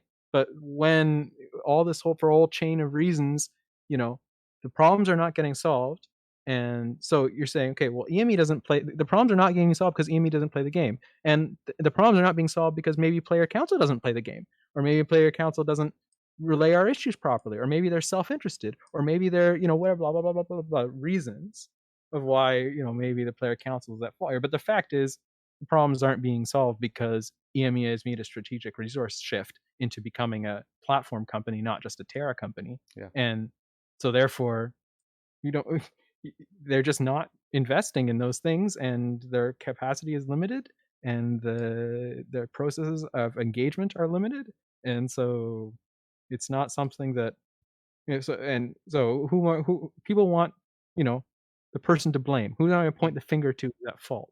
Okay, well, am I going to point? Imagine in this scenario, you're the product manager for TERA. Am I going to point the finger at you and say, GuffyBear, it's your fault for not solving all these issues? Okay, As the publisher, that's what you're supposed to do. That's who we're supposed to be. I mean, I guess, but I mean, your reality is not going to change by that. You have only so much time, only so much resources, only so it's much. Still part of what I signed up for. That's one of the reasons you have a publisher, right? That's what we do. We create the customer support team and the community team. We are the meat shield for the developer. We're the one that takes the brunt of the communication, good or bad. So, quite literally, that is our role. And as the product manager, I am the one. I think that the problem there is just that I guess from the player's point of view, we became the intermediary between the staff and council, and so who took we took the hits for you when you guys were getting paid to take the hits. Yep. Sometimes, and that's one unfortunate dynamic of the player council, the way it was set up, and the way EME used it as maybe a too strong of a word, but the way it was positioned and the way it was pitched as a solution to a problem, but the problem was not able to be solved because the root of the issue is priorities changed. Mm-hmm. So you see that there's this kind of this disconnect here between, okay, what is the player council here to do? What are they able to do? What is EME willing and able to do? And now players perceive that, okay, well, who do I blame for this problem not being solved?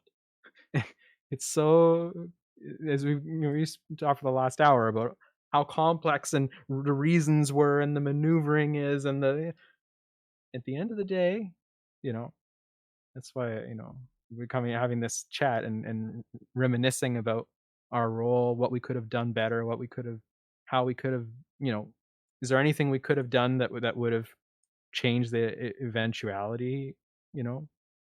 From my perspective from Players Council, I think we did the best we could. We tried to relay feedback. We tried to elevate issues. We tried to be considerate of the teams to not inundate them with too much stuff. We tried to balance sentiment and metrics to the extent that we could.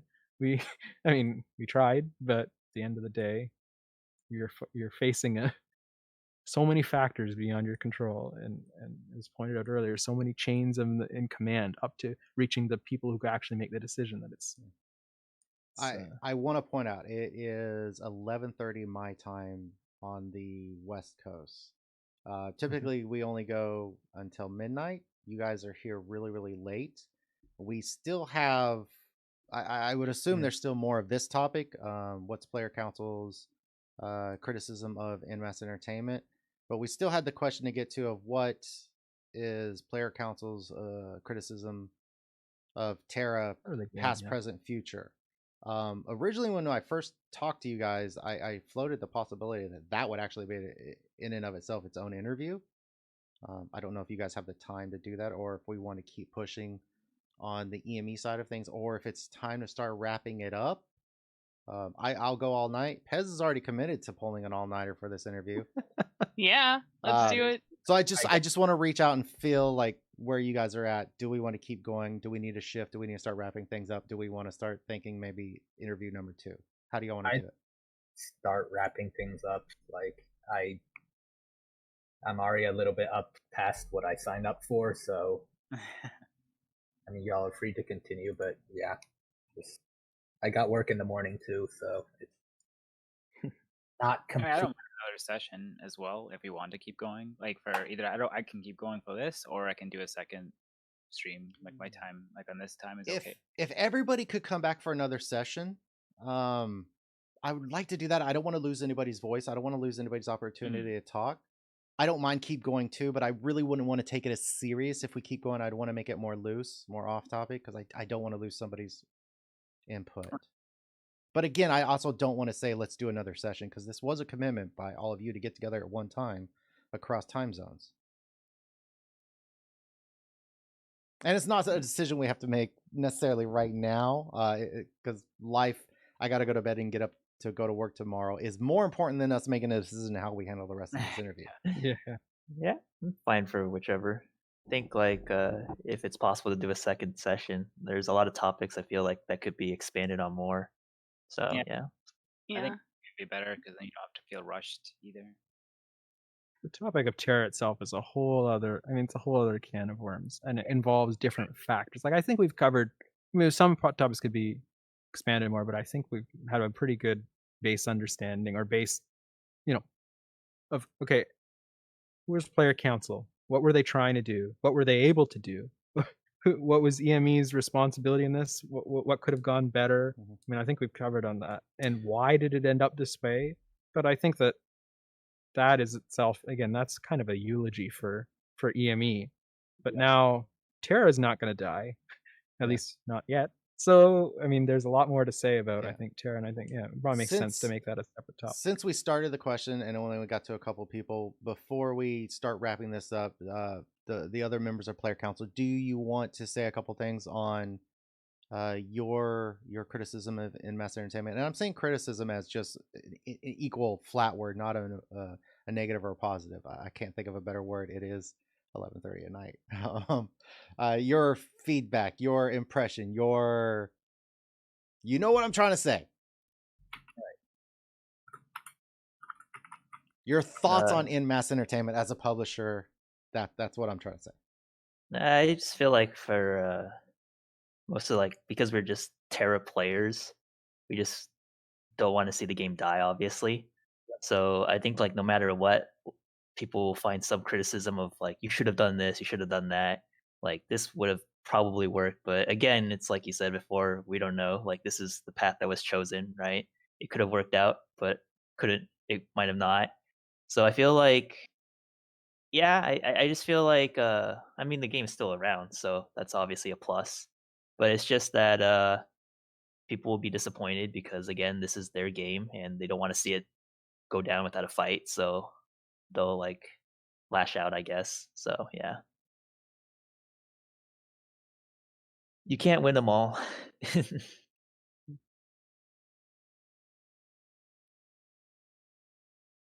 Seraph, Waffle? Say is I'm good.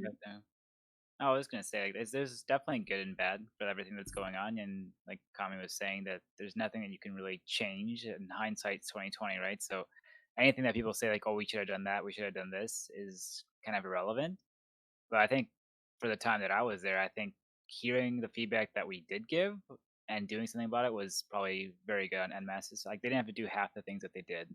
they didn't have to bring back Freywin, for example, but they worked real hard to get that happen, and players loved it. I mean, despite it was buggy, we all know that, but just getting able to have those feels again to do it when no other region is doing it. So like obviously every region has its own thing, and everyone can say, oh, this like Game Forge is great, Game Forge is doing this and that, but I'm sure no other region did that either.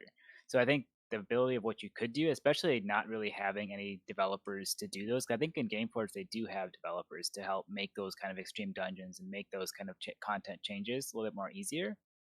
So from my perspective, I think when there was actions done by EME, at least it was still done with the player's intention. I think from my perspective, it's very biased. I think the big problem that I saw was just Bluehole's, I guess, reign on NMS was just getting too much at some point where even if we wanted to make changes that was better for the community, that weren't broken, that weren't anything, it just kind of had to go through way too many like approvals and all this other stuff like that before it became even mainstream. So one, it was like, do we even want to waste the effort for this? And two, waste the effort and then get it denied anyways.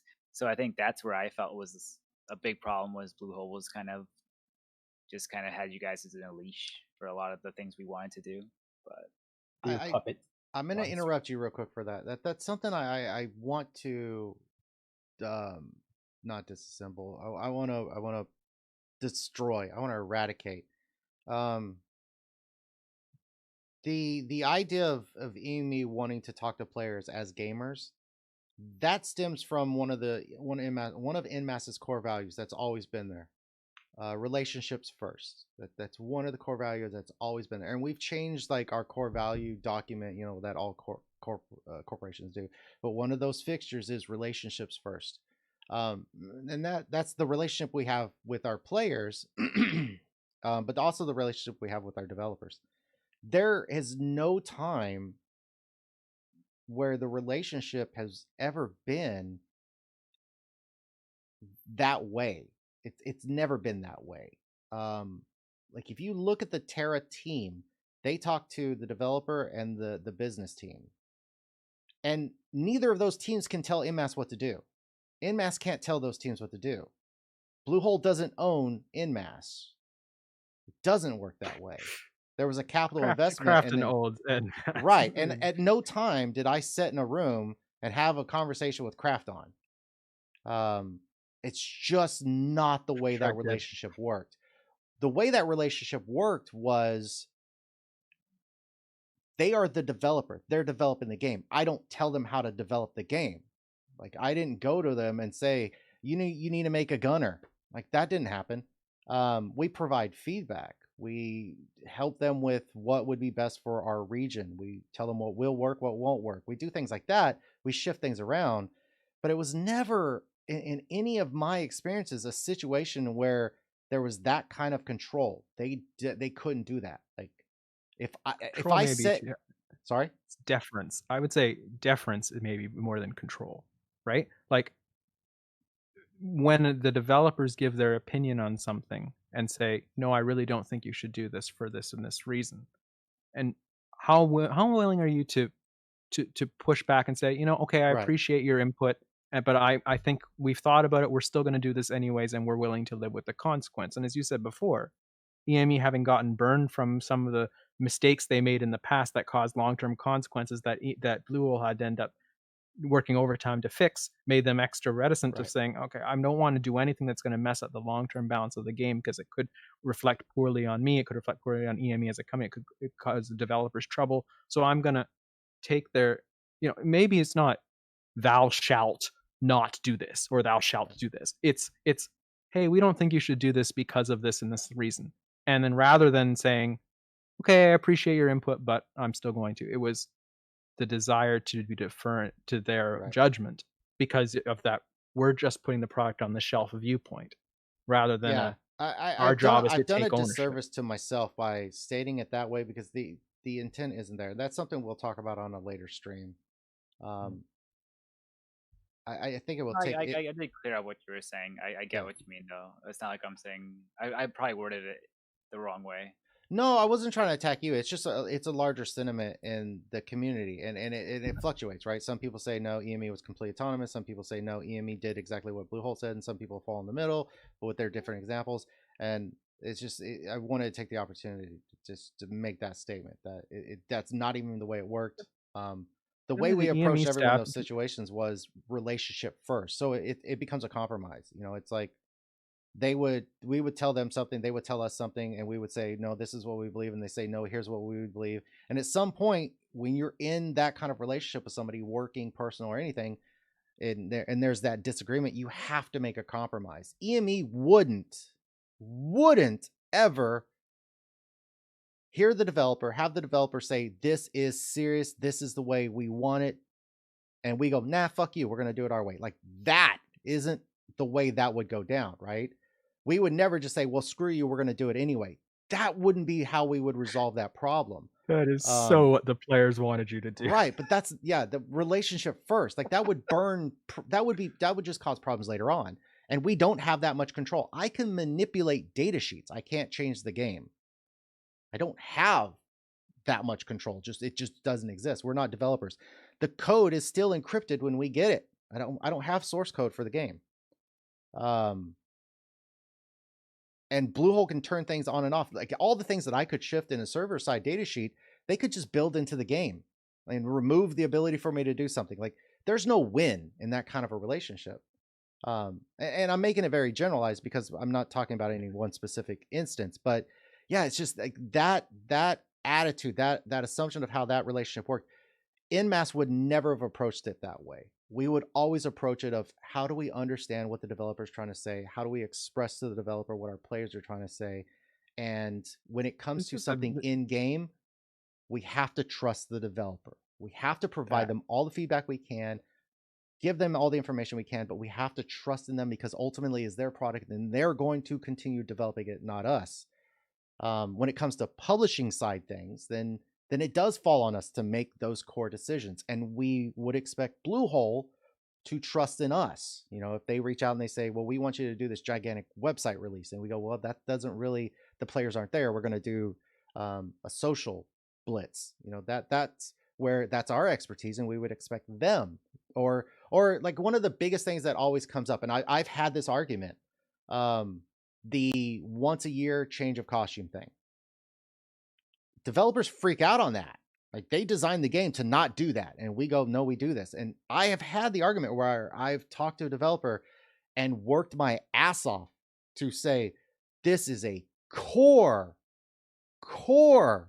customer support initiative, and we will not budge on it because this is the benefit it brings. My job isn't to tell the developer to go kick rocks. My job at that point, as the product manager for that product, is to explain to the developer, to sell them on what that benefit is. Now, if it came down to it where I went toe to toe and I did everything I could, and it's not me arguing, it's me trying to sell, trying to convince, trying to prove. If it came down to it where the developer is like, no, I would honor their desires for the product, and I would try to find other solutions. For EME, it's relationships first. It would never come down to me having that kind of a confrontation. It would never escalate to that. And if it did escalate that, then I would no longer fit the core values of InMass Entertainment, and I would need to go find another job. It's just not how it works. So, I mean, I 100% agree with what you're saying. It makes sense.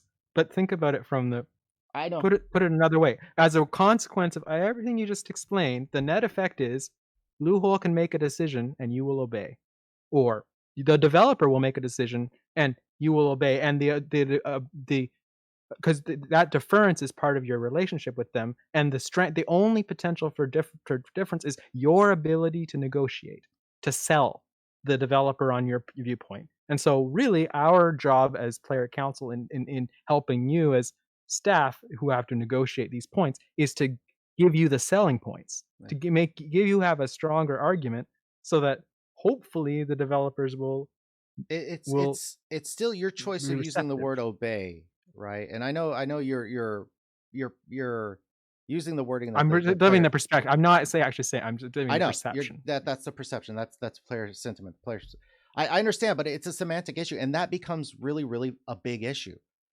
because ultimately, as a product manager, if a game is doing something that I don't think is good for our region, good for our players, I would eventually end the contract. We would shut it down. And if you look at the games that EME has had, that has happened. We've terminated contracts with titles because they no longer fit the business model. They're no longer sustainable. They're no longer good. We're riding out TERA till the very last day because we never got to that point. That relationship never went to that point. But we've closed down titles. As a publisher, no, we wouldn't obey. It would become a point where we'd go, you know what? We're committed to this strategy. You're committed to another strategy. We are no longer compatible as business partners. And that would be in the best interest of the players, developers, and publishers and investors. So no, it still would never come down to, well, we'll obey. No, you terminate that product. You remove that product from your shelf. You can no longer support it. You can no longer. It's like if you're in a marriage, if you just figure out that you two are not compatible together, you don't keep living together and making more babies. Like, divorce, separate. It's better for everyone to do so. As a publisher, if you no longer have that relationship with your developer, find new ways of doing it. The risk of, the problem, and we should probably end soon. Everyone wants to go to bed. Sorry, but, yeah. That was the intent. The risk is just people just, they still, even though, as you said earlier, maybe this is none of what the I'm resolution. saying is trying to answer a player's question. It's me. Right, no, because the resolution is that there is no resolution. There is no resolution. It's the same as you said earlier. Because in the end, players want to believe that EME could have tried harder. And EME is saying, well, we weren't deferent to the developers. It was all dependent on our ability to negotiate with them our position. And so then players will say, well, then why didn't EME negotiate our position harder? Because the game didn't get better. Well, here's a player sentiment in chat, but you guys are a branch of Krafton now, so you can't close TERA. Ian Mass Entertainment has the publisher contract for North America. Yes, we could have. It would have caused issues, but yeah, sure. Ian Mass Entertainment, if they felt that the product was no longer viable, could have terminated our contract. Just as Krafton did not give any other titles to NMAS Entertainment. Air was coming out. It was not going to be published by NMAS Entertainment, was it? No, it's all still contract. Bluehole gave us a capital investments to get us started so that we could take over, so that we could do TERA North America. But there was still a contract, and that contract could have been terminated by any partner. So no, you're wrong. NMAS was a publisher. We weren't a controlled branch of Krafton. That's not how that relationship worked. That's not what the Krafton Union is.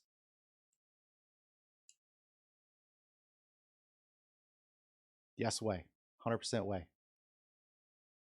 It's people just don't. Yeah, Closers. Closers is not related to Krafton or Bluehole or any of them. Like, that was all us. They didn't give us the okay to do it. We didn't get automatic games from Krafton.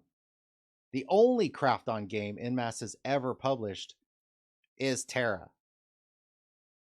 We were not a subsidiary where they were pushing all their games to us and we got automatic contracts. And no, we weren't. No, just not. No. I mean, the easiest way to explain this is pretty much exactly what's happening now. Is just like, say it was NMS who said, we don't want to publish TERA anymore. Pretty much Krafton would have to find a new publisher that would publish NA. And that would just be the same situation where we kind of had to wait for a while for that. It'd be the same thing, right? Just opposite roles. Yeah. Now, I'm not suggesting that NMAS would have continued to be around if we would have told Krafton we don't want to publish TERA.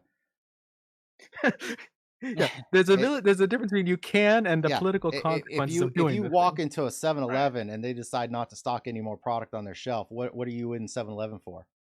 How long is that building going to stay open? You don't have any other games, man. Yeah. No, I'm just saying it wouldn't be possible. They would be kind of like you said, it's going to cause a mess, and they'll have to find someone pretty fast because they can't just shut down that game. But there's no obligation for NMAS to. There is an obligation for NMAS to continue publishing TERA. We are under contract. We've signed a contract saying we will continue to publish your product. And I don't remember what the cycles were for those, but it wasn't NMAS will indefinitely publish TERA.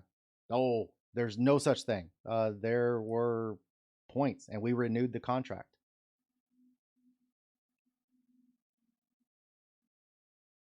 Sorry, everybody. It's 11:55. For all those that need to go to bed, please go to bed. Thank you all very much for being here. This was amazing. As I said at the very beginning, this was all for selfish reasons. I've been at MS for 10 years and it shaped me, and I've seen things from the QA point of view, from an associate product manager point of view, from a producer point of view. And as it's been brought up here, I have a different approach to, I have a different solution set for problems that other product managers didn't have. And that's something that I want to hear, because now it's something I can reflect on. This is going to be an interview like all the other interviews that I'm going to go back and I'm going to rewatch. And I'm going to try to learn as much from this as I can. I think this was very enlightening for myself. Very important for me as a person to have this information to reflect upon. So thank you all very much for being here. Thank you for taking your time out of your sleep schedule to be here. Thanks for drinking the caffeine. Chat, thank you very much for being here. I will touch base with Player Council. I don't know what we're gonna have to figure some way to talk, because I think this Discord's gonna go bye-bye sometime soon. So Monday I'll reach out to you guys here on this Discord. We'll chat. We'll figure out what's going to go on. If we can do another interview or how we want to do these. More reason to get your own Discord set up faster. Yeah. There you go. There we go. There we go. There we go. There we go. PSA, don't forget all TERA players. So Migrate and get all your Yes. items. That's Account very item claim. Get all your account item claim. All your item claims. Parcels, Use your user fashion coupons. salaries. Get your stuff off broker.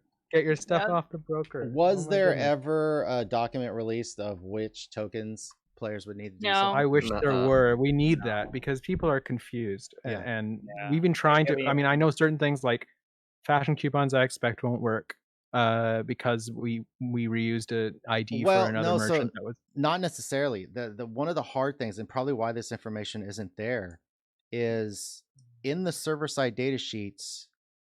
And this is part of that fashion coupon thing I want to talk to you about, Counterpoint. In the server side data sheets, all regions have the same sheets. Well, that's what Now, I'm saying. yeah. But they Well, no, we no. reused a different. No, They got our merchant. We overridden the No. global merchant. no. Every item has multiple. Like there's a string sheet. There's string sheet underscore item dot XML. There's string Mhm. sheet in Yeah, EU underscore item XML. There's string sheet JP underscore item XML. So no, there are dozens of versions of all of these things. All right, because if the same, because of the same same ID of token is then linked up to a different merchant inside of the EMEs. You're inside right. Of the game. You're server right. side. Fashion coupon probably, I think, in 91344. That is probably the same ID. It used across. was originally one of the 4 temp fashion merchants from the original, like way. I bet back it's in the day. 91341, 91342, Yep. 91343, It is. 91344. Fucking And I shit. think that Why yeah, do I I'm- know that? I haven't even worked on this game for 2 years. Oh my I'm gosh. pretty sure that in What a music, they nerd. didn't use 9134. They kept it as whatever it used to be. So I'm thinking that I don't know. I would love to know the answer to this question because people are asking, do I have to use all my whatever this token or that token? Some of them are going to be like this. Most of them are in a separate merchant ID, totally unrelated. That's in the when they merge the data sheets, it won't be any problems because it's separate. Like a lot of the game, even a lot of, like, for example, smart boxes, loot boxes, things like that are EME exclusive. They're all in EME's own item range, right? So that when GameForge gets it, as long as they incorporate EME's data sheets into their into the global, as long as it was sent up to Bluehole and sent back down to them, all the purchased items should all continue to work. All the loot boxes, smart boxes, that kind of stuff. But yeah, these tokens are. It totally depends on what ID was used, what merchant it's linked to, and yeah, I don't know. I wish. I wish we had a clear answer because people are going to be. I just know on Thursday. I'm gonna be hiding. I'm not gonna keep doing this. I'm gonna get a lot of angry people who forgot about.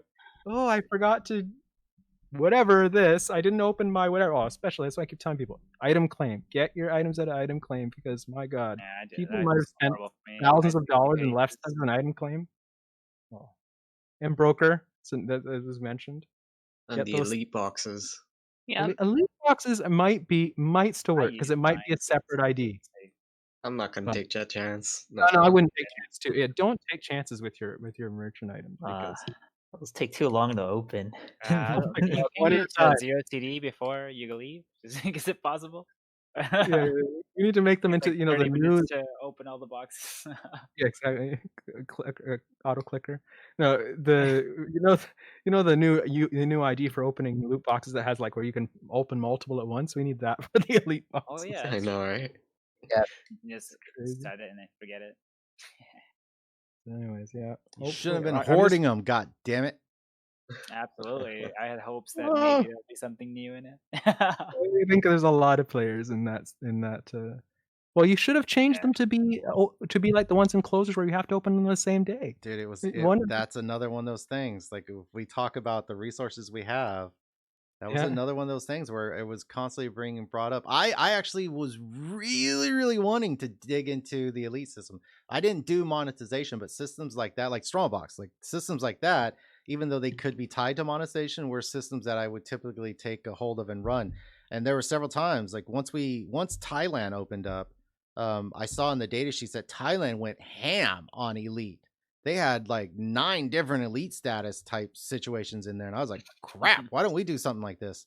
And we had seen, like, we knew the hoarding behavior, and we wanted to convert it to something that was different, and that was coming out of Dungeon Delver BG coins. I was like, we just, like, we're giving these items, players are holding these things, we can put timers on items. That's another functionality that's in the game. I can give you an item that, like you see the temporary mounts, right? I can give you an item that expires in 9 days. Like, there were so many possible solutions. Right. Just never any time to sit there and figure that out. I think adventure coins that were timed would have been the most like efficient thing Elegant solution, yeah. because people wanted to run more dungeons. But I think Blue Hole or Craft whatever, with the whole weekly limits, I think they kind of just shot themselves in the foot with that. I don't know how that's going to turn out later on. But that kind of really is a downer. Yeah. What's the point of adventure coins? I don't get it. That's one of those areas where it gets really, really hard, right? Because I want to stimulate the economy for those items. I want to make players happy, but that extends to a bigger thing of that's part of the equation of Blue Hole saying this is how much of materials and player progression we want. If I manipulate that economy, then I'm manipulating their overall value. It's just weird that they went that direction because I feel like I use adventure coins quite often before, whether buying off broker or from the EMP store. But once they started adding the endgame dungeons weekly content, I don't think I've used an adventure coin at all anymore. Because if you run the 10 dungeons, and then what do? You're done for the whole week. It's just a mobile game. Some decisions are puzzling. We always scratch our head like, why do they do this? No. Anyway, should we call it a night? Call it a night. For now. It is now the next day for me. Yeah, call it a night. Sign off. Hang up. Thank you very much. I think we all appreciated the opportunity to be involved, and as much as I may come across as a little bit critical or whatever. I'm gonna fucking cry into my pillow all goddamn night. I asked Pez like a couple days ago, hey, are we gonna play this weekend? Are we gonna play Saturday? And I'm gonna have to cancel that because I'm gonna wake up tomorrow with like red baggy eyes. It's just fucking. You had me at one moment there, dude. I don't know if chat noticed, but I got teary. Aww. Wrecked my shit. We definitely appreciate it. I think, as like you said quite elegantly before, and I think Kamizuma also said this. You guys didn't have to invest in doing this player council and this opportunity that we had to help. We did our best, and I think we know that the staff who were involved, and whether it was their intention to get involved with this or was thrust upon them, they all did their best with what they had to work with us and make changes. And despite what people might perceive, I think we look back and we remember also the good things that we were able to accomplish and that we were able to accomplish together with EME staff. And like I say, for myself, seeing the things that we finally got done, the fashion coupon rework, finally got done the Emporium rework, we finally got the loot boxes now have odds posted finally. I mean, even though now going away, but still, things. It took a long time, but we actually and each of us have our own little stories like that of things where we had an opportunity to give feedback. We did give feedback, and EME was able to act and help us out, and either elevating that feedback or taking direct action. And so I think that, on the whole, I think we all appreciated the opportunity, and I think we consider it a success, even if there's always regrets with everything. But I think that we appreciate it a lot, and we appreciate the chance to do this interview. Thank you. Thank you. Hey, how cool is it that you found the GuffyBear YouTube channel? I mean, that's, wow, 1 in a million. Thanks for being here. And if you hit like, subscribe, and comment to one of my videos, my ego really, really explodes. It just inflates. You have that power. That's something that you can do today to make yourself and me feel good.